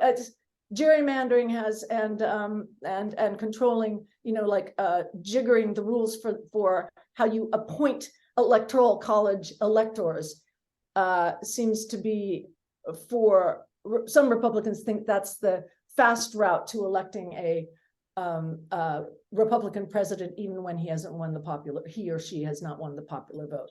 I don't know how, but that's another issue. But in other words, it is not an unhealthy part of democracies to be fighting over these little rules. It's not. It's good because it means people have eyes on what's going on. Okay, so I wanted to talk about the changes, the nationalization of American culture in the late 19th century. But this was probably connected with the expansion of communications and transportation networks as well, right? Yes, absolutely, absolutely. The entire country was unified. I mean, it was corporatized is one of the ways that the railroad corporations, with the help of great subsidies from the states, built an ever more connected intercontinental railway system. And Easterners got very interested in establishing, developing extraction industries and ranching. And so when you talk about corporatization, it also is about bringing more modern business methods and investment methods into the West, and also the South to a certain degree, because extraction of phosphorus, nasty things like phosphorus mining and then also steel smelting, that sort of thing was also happening all the way across the country, and middle class values, the sort of the ascendancy of the middle class or the aspirational middle class, their sort of worldview was served by these national magazines, beginning. I mean, Harper's Weekly was publishing before the Civil War, which it wasn't that they were apolitical, they weren't, but they were nonpartisan. They did not. They were critical of partisan politics. That was a very popular position among certain members of the middle class, because Is that John Wilkes Booth? I think that is. That Isn't he the guy that shot Abraham Lincoln? It's yes, that is it is a metal etching. So I was reading about him a little bit this morning, and he's when he shot Abraham Lincoln, he said, tyrants always end this way. I mean, are they? So it seems like he had some political purpose. Are they glorifying him, or are they evaluating him? I mean, what is this? Actually, that is a good question. They're likely not glorifying him. Because Harper's was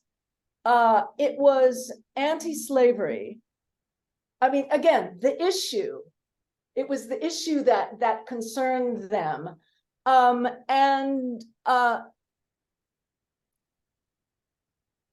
It's the murder of the president. That's the title of it.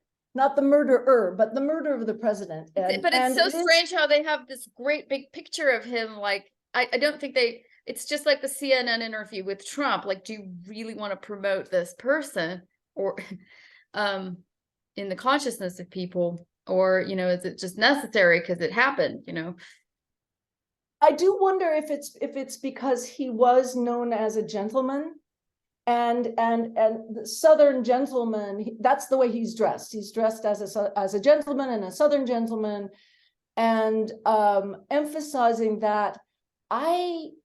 I don't think, and the date of this is 1865. So many people have died. So many people have died. And I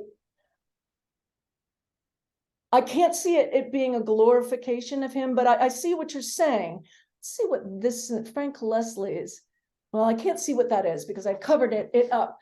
I mean, they were very critical of the South in the post-Civil War period, very laudatory of extending the franchise to African Americans, but then subsequently also critical ignorant voters, and the Irish and African Americans were depicted in a Harper's illustration as equally problematic as voters. I'm sorry to digress again, but No, I that's just okay. I just remember my experiences in certain northern cities, and I observed worse racism there than I'd had in the South. So there's a seemingly double standard that's kind of illustrated by what you're talking about. Yes, absolutely, absolutely. I mean, they're part of the reason that, I mean, there are many reasons that the North gave up on Reconstruction, that handed state rule back to Southern legislatures, which it was obvious by that time that they were not going to abide by the 14th and 15th Amendment, defending equal civil rights and voting for African Americans and equal voting rights for African American men. And part of that reason is the North was racist itself, and subsequent residential patterns, migrations, the Black migration. Although the segregation was very, very important in the South, that didn't mean, especially in the rural South, that Blacks and whites didn't live near each other and know each other. They were the segregation in places, by 1960, the segregation in places like Chicago were worse than in any other Southern city. Louisville, Chicago being the main city I'm talking about. I mean, I was at the University of Chicago and I was appalled. I mean, surrounded by Hyde Park, surrounded by this. Well, and the attitudes I encountered there, I was shocked. And were you there at the university? Mm-hmm. So there was a great, there was tremendous awareness of crime.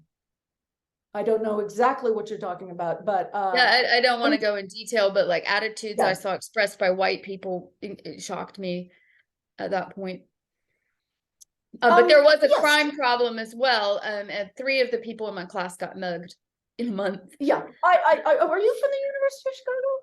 No, I just did a summer program there, and I mean, I didn't get mugged. I didn't get mugged because I had a little bit of street smarts. I took different routes and I went in early and stuff. But yeah, three guys got mugged. I am very. I was at the University of Chicago during that period, and it was very complex racially. It was very complex. But they had a flourishing Black community there, and they pushed them out to put the university buildings there, as I recall. And then this didn't set well, and I think it disrupted some of the progress, or I don't know, some of the positive things that were happening there, based on what I heard. Yeah, I mean, South Shore there were affluent. They're affluent Black neighborhoods, and also pretty and prosperous working class Black neighborhoods, but I mean, it was a longstanding policy to isolate the African American community.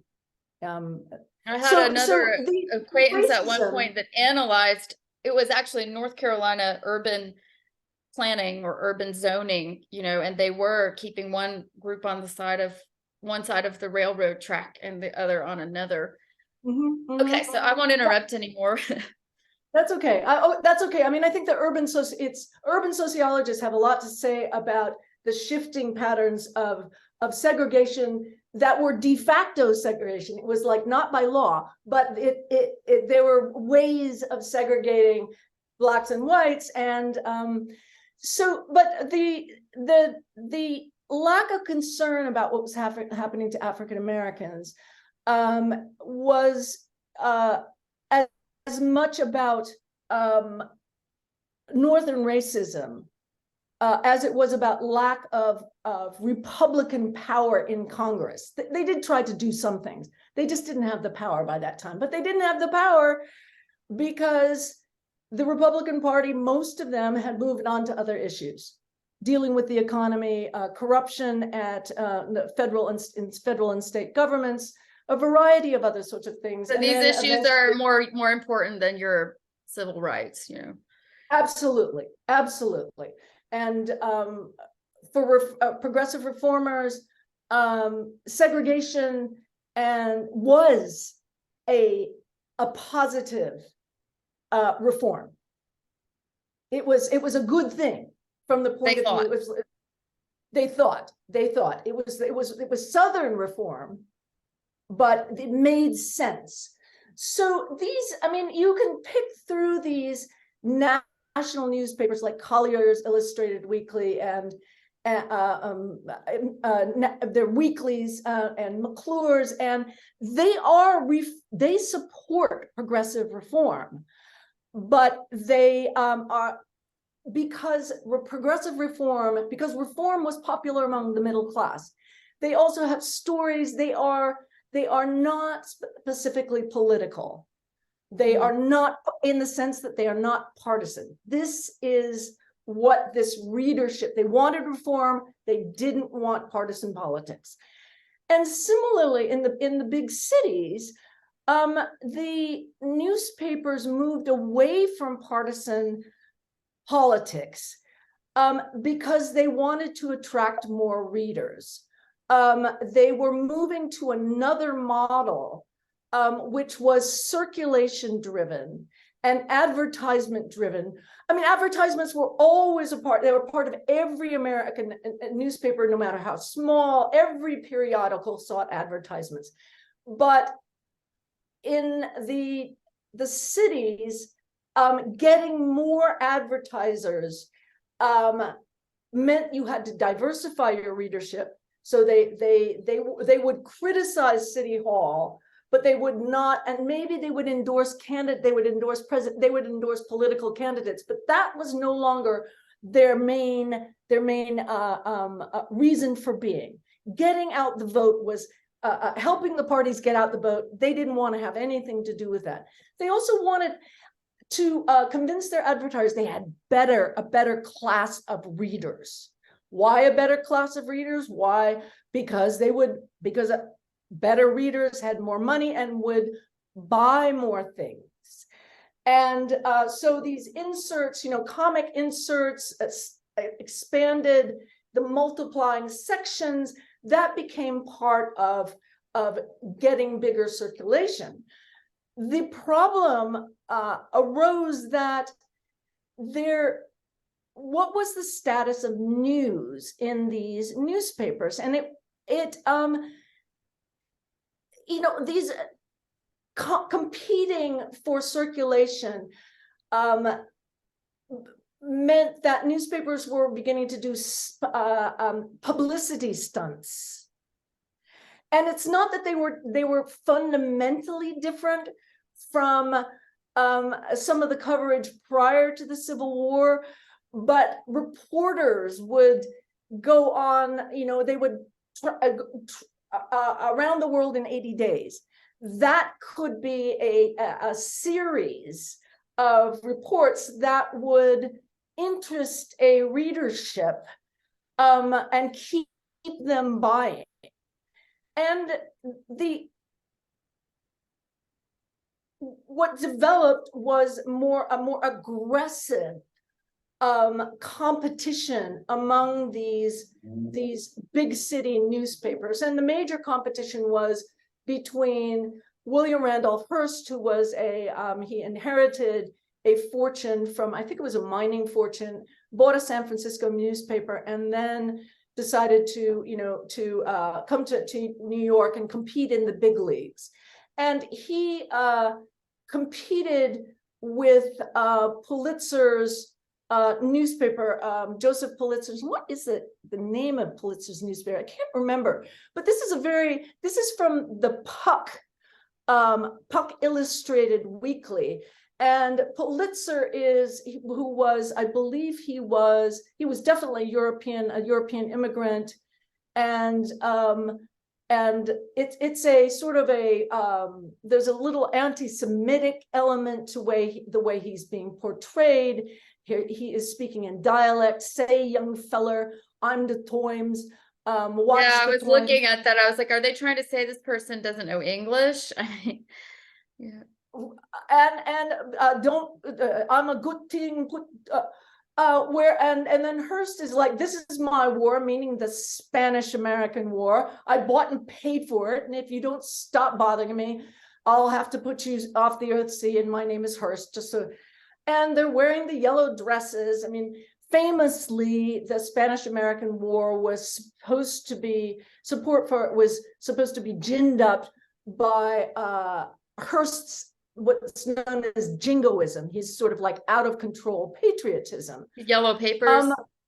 Yellow newspapers, and the middle class. The middle class press did not like, or the magazines did not like Hearst. They thought he was a poisonous influence on public life. And here's a picture of him as a jester. And I was talking about this with a colleague. It's like this jesters serve kings and entertain kings. Who is he entertain and also supposedly critique kings, or at least that was their traditional function. But Hearst as a jester is not critiquing his public. He is catering to their worst instincts. He's catering to their worst instincts. And here's a close-up of the subscribers and supporters of these yellow newspapers, Hearst in particular: advertisers, decent citizens, gullible reformers, businessmen, the man who buys the comic supplement for the kids.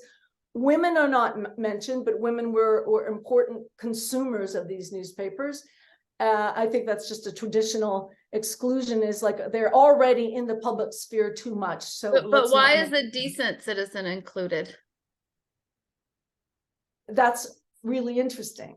Are they manipulating and something the decent citizens, or ruining them, or like, what's going on here? I think that I think that this is also critique of the people. This illustration was published in 1910, and the progressive reforms were very invested in knowledge gathering, muckraking, and also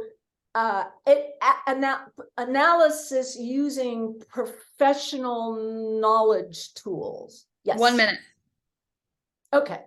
And there was a concern that the people who were not as discerning as they needed to be in a democracy needed discerning citizens. So even decent citizens can be fooled and cannot be discerning. Right. Yeah. They're it's causing chaos, and there are all sorts of sort of stereotypical figures in this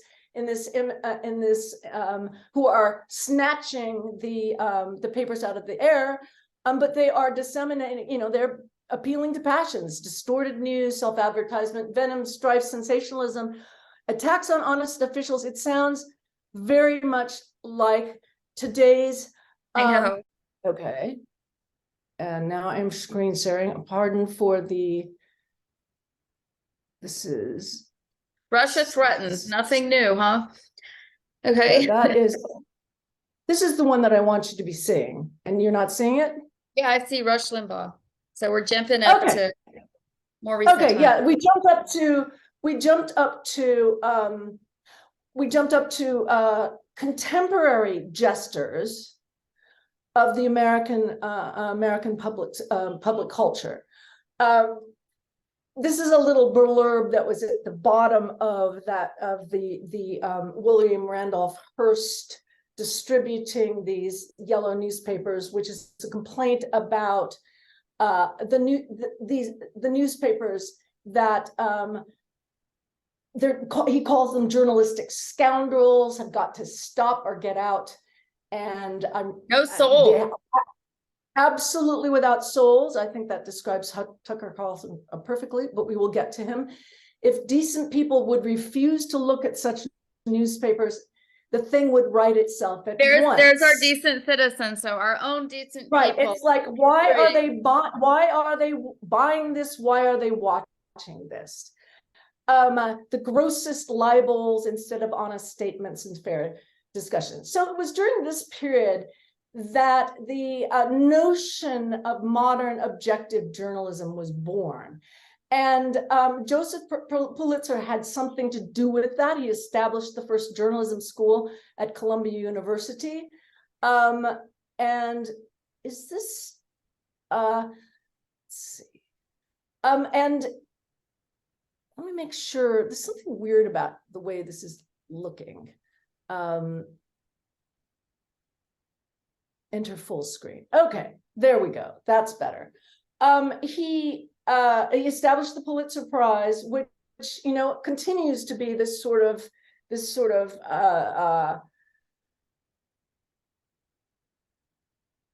well-known marker of excellence and objectivity, investigative zeal. But it really didn't exist prior to this 19-teens period. Until this period of yellow journalism. Adolph Oakes bought the New York Times and adopts the motto, all the news that's fit to print. That is not, that in contrast to the lies and distortions and sensationalism, et cetera, of the competitive yellow journalistic newspapers. Yeah, I mean, if you look at the headlines here, they're very much, world events and sort of other important things. Exactly. And as radio journalism radio is coming into being, but radio really started as 90% entertainment and 10% news. But like broadcast journalism, which was 90% entertainment and 10% news, the most important outlets absorbed the standards of objective journalism. Maybe we wouldn't agree with their emphases, say in the 1930s, which was a period where, or the 1920s, which was a period of where there was a great deal of anti-immigrant sentiment. And although none of them would openly promote the Ku Klux Klan, major journals did, the North American Review, which was published in Boston, did print an article by the major Klan, the clavier, the head Klan person, explaining their viewpoint. This objective journalism, that question, like who do you promote in the interests of fairness?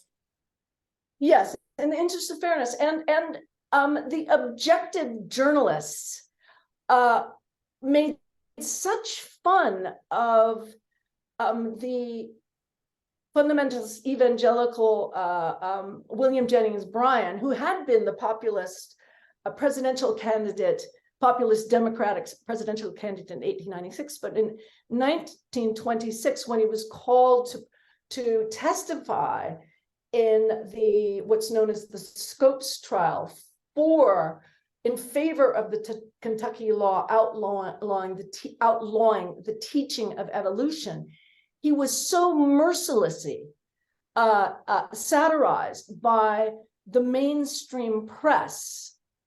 And that is including major outlets. They did not take seriously the anti-modernist, anti-evolution, anti-immigrant. I mean, the major newspapers, because they had such large immigrant populations, they had to step lightly when it came to especially Catholicism. You know, the anti-Catholic views of conservative evangelicals and fundamentalists. And as a result, these conservative evangelicals and fundamentalists withdrew from the American public sphere after 1926. For a while, I guess. They formed their own newspapers. They took advantage of that, you know, the continuing localism or regionalism of publishing, and you know, published their own newspapers and then founded their own schools and Bible institutes and these sort of things. And they did not come back into public life until the 1960s and 1970s. And I mention this because it actually is a feature of the story. So one of the things I want to say is that while there were many, many more mediums in American life, where if there was any cultural opposition to this objective journalism, wherever there was sort of it happened regionally and locally. It happened regionally and locally. And the American middle class could, especially after World War II, feel like it was united by the three major legacy networks and their news coverage. This also was assisted very strongly by the Cold War, which helped to really organize American politics and the American public opinion. And that didn't fall apart until the 1960s. And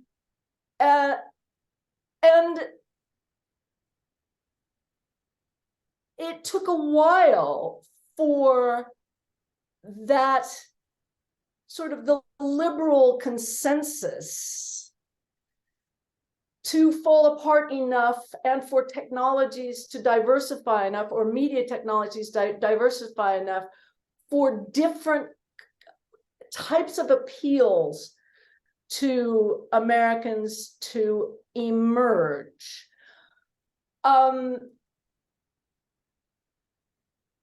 Radio was a place that had, it continued to have much more local roots all over the country, much more local and regional roots.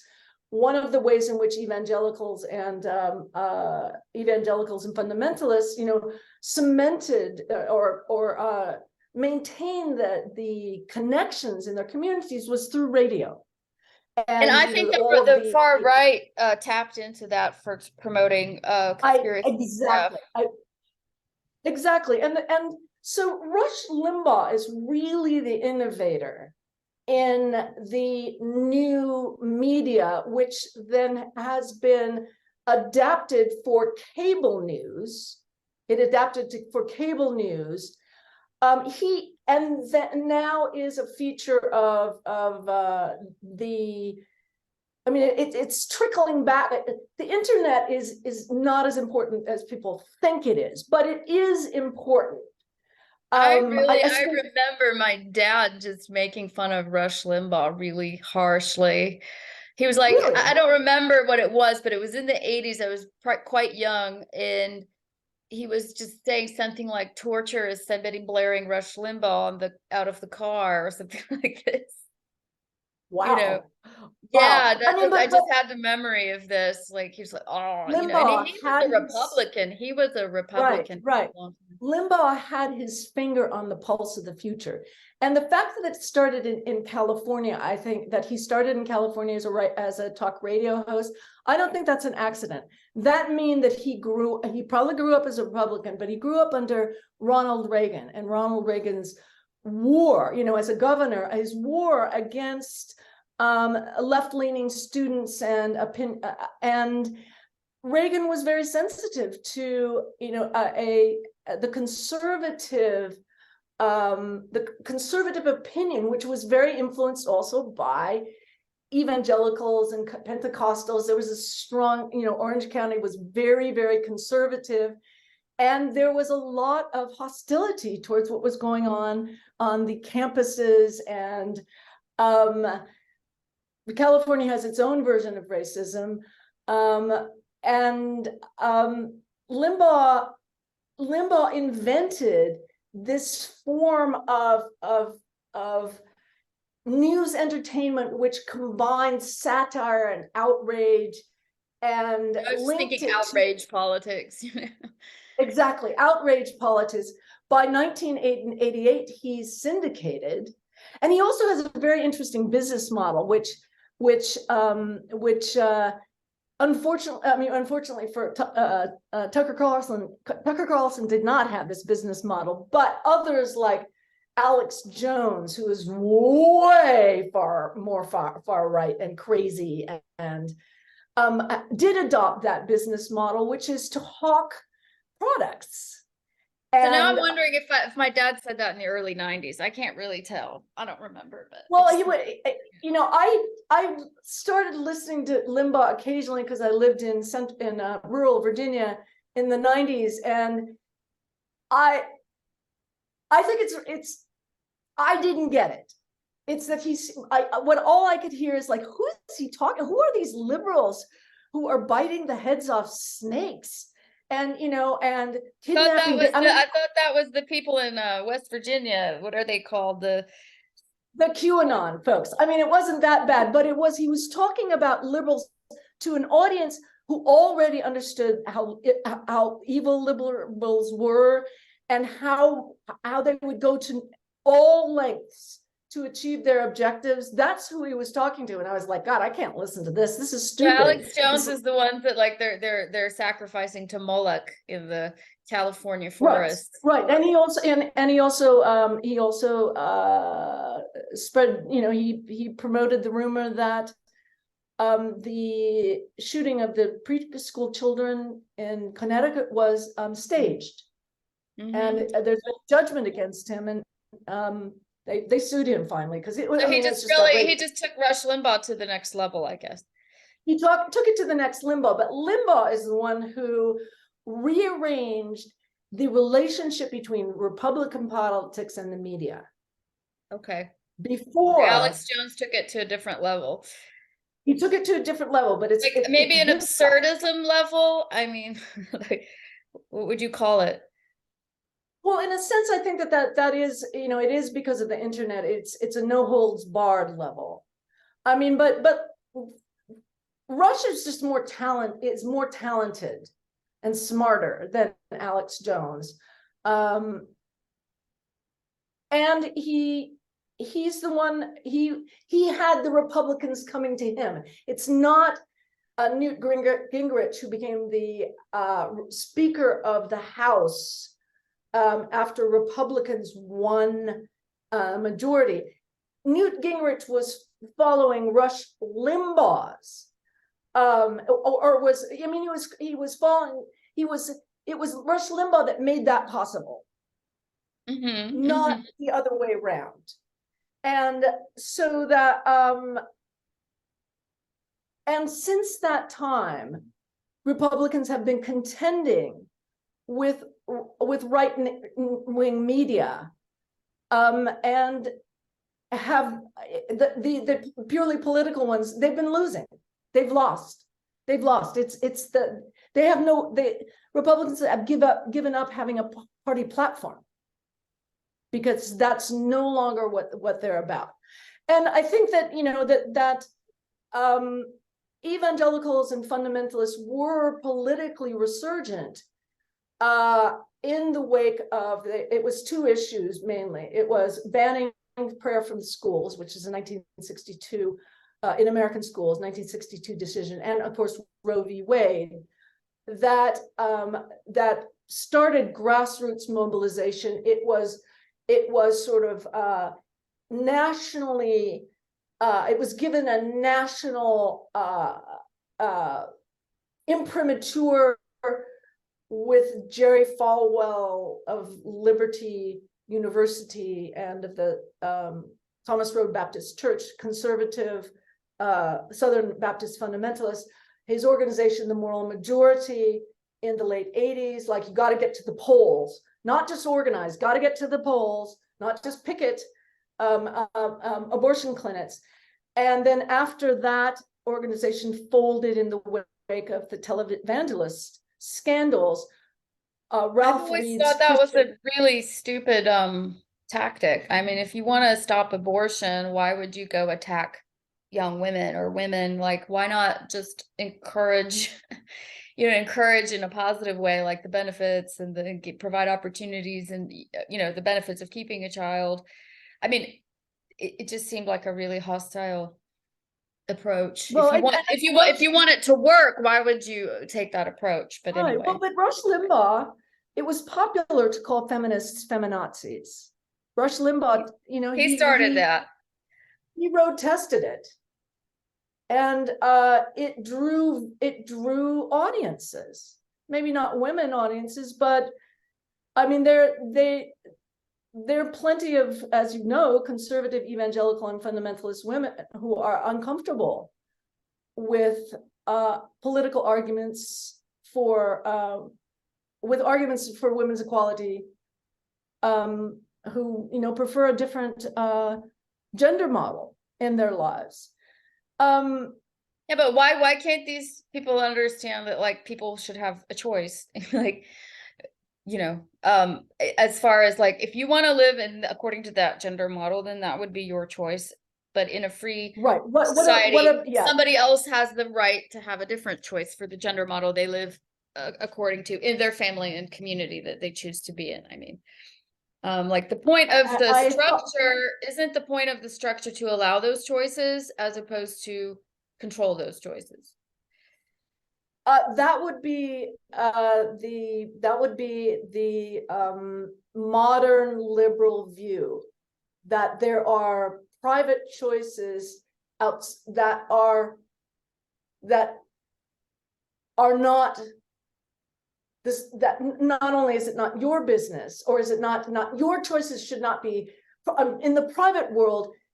Your choices are yours, other people's choices are their own, and the state should not control those. And how did that become a modern liberal view? I mean, isn't that sort of a classical libertarian view or something? I mean, how is that suddenly evil?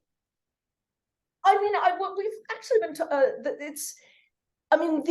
the liberal democracy as we understand it, not liberal democracy of the 19th century, liberalism and democracy of the 19th century. Liberal democracy today is, I think, a pretty recent, I date it, it's a post-World War invention. It has, at least in America, it has a lot to do with the notion that individuals have rights, and that they have rights that the government also needs to protect from the incursion of big corporations, big organizations, bigness. I don't think we have time to cover it today, but I'm a little confused because this seems very it is confusing. Old-fashioned, yet somehow it's modern and new, and it just seems like there's some sort of switch where conservative classical thinkers would say that a long time ago, but now somehow the people who are supposedly in that tradition are saying it's wrong. No, I mean, and Ron DeSantis is saying he's going to go to Washington and he is going to, I don't know. I mean, it sure sounded like he is willing to go way beyond. He's not going to negotiate with progressives and liberals. He's going to force the elites to submit to real American values. Yeah, that doesn't sound like the foundations of a classical liberal democracy, but I don't know enough about the foundations of that to really say that. I just always I think liberalism right. is about individual. I mean, didn't we, right to your home, right, keep religion out of politics, right, free, you know what I mean? Aren't all of these kind of our traditional values supposedly? Yes. And there, I mean, economic rights first, and it was understood that freedom of religion meant, you couldn't have a state religion. And then in the 20th century, the right to free speech became more important. the federal government started intervening, and now we have a bunch of. So there was a slow accumulation, and then I think that our modern liberal democracy is post New Deal, post World War II. And then more things start happening in the 1960s. Yeah, and it just seems like there's some kind of internal contradiction, but I guess we don't have time to explore it. Yeah, maybe some other time. Okay, so I wanted to my perspective on these relationships between 20th century, 21st century media and 19th and early 20th century media is because of the Tucker Carlson firing, and by Fox News. Ooh, what is that? By the owners of Fox News, Rupert Murdoch and his son Lachlan. They have a whole stable of news and broadcasting outlets that appeal to the more sort of this alarmist outrage plus not so. I don't know about the satire part. Is this the same? Is this an analog of yellow journalism, or is this something else? Yes, this is what I'm arguing. It is an updated version of yellow journalism, which, according to these standards that emerged, I mean, in the early 20th century, and that infuse, the journalism that I admire, which is not perfectly unbiased. That doesn't exist, but it is an attempt to, they attempt to collect other points of view. Even CNN and MSNBC, I mean, even they are sort of hampered in going all in on the Fox model because of the remnants of the objective news model. They just can't quite allow themselves to go whole hog entertainment news, which it isn't news at all. It is about telling an outrage story. That again, it just seems very profit driven. I'm sure. I mean, these, and it came out in the Dominion lawsuit depositions, and that Dominion lawsuit, Dominion voting machine brought against Fox, because they kept on saying that that Dominion was taking votes from Trump and giving them to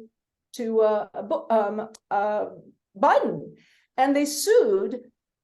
Dominion sued, and it came out that they were promoting that because it's what their audience wanted.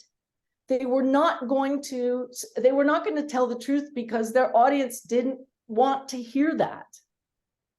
And they said, this is the same audience that complains about the post-truth world, maybe. I mean, no, maybe they are promoting the post-truth world, but like they're the same people who would be against somebody like this French guy. What is this postmodernism? So they would be against postmodernism, but they're all for post-truth, I guess.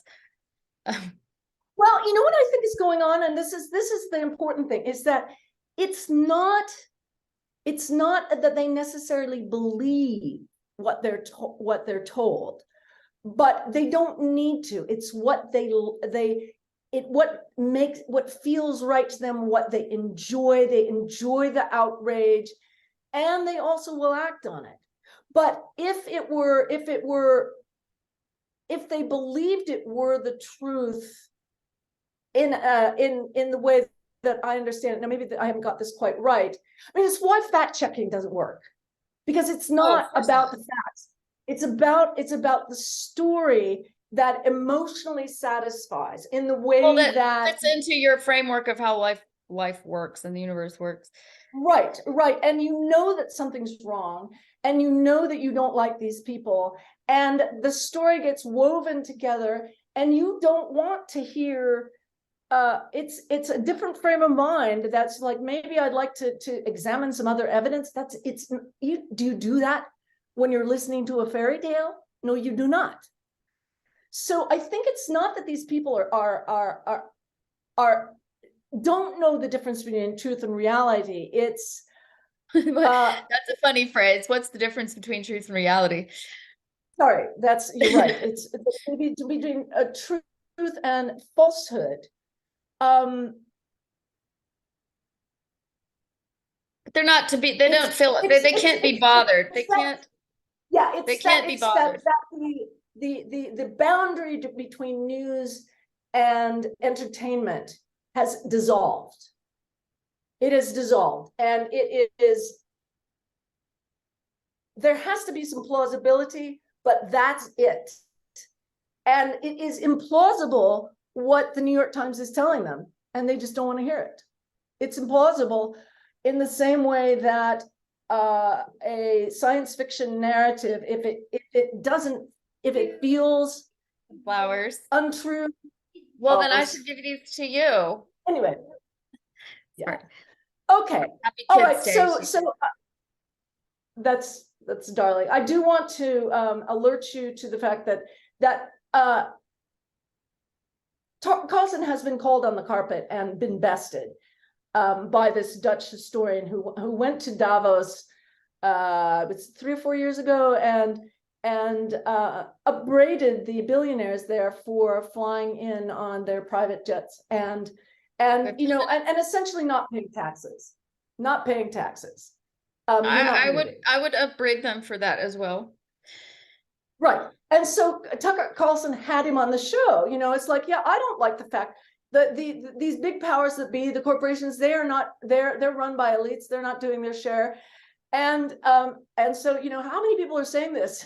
And this Dutch historian, who was cool as a cucumber, turned around and said, but you are the lackey of one of the biggest billionaires, of the Murdochs. How can you say that you are, an anti-billionaire populist? You are not an anti. And he anyway, it never just like showed, George W. Bush was a man of the people, right? Like an ignorant man of the people. Exactly. With a southern drawl.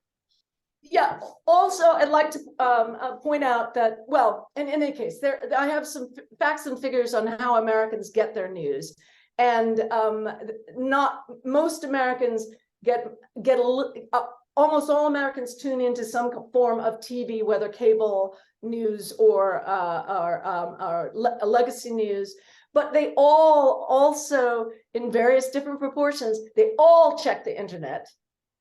And a declining proportion read print or listen to the radio, but they all do it. They're just like in the 19th century, there is this sort of ferment out of which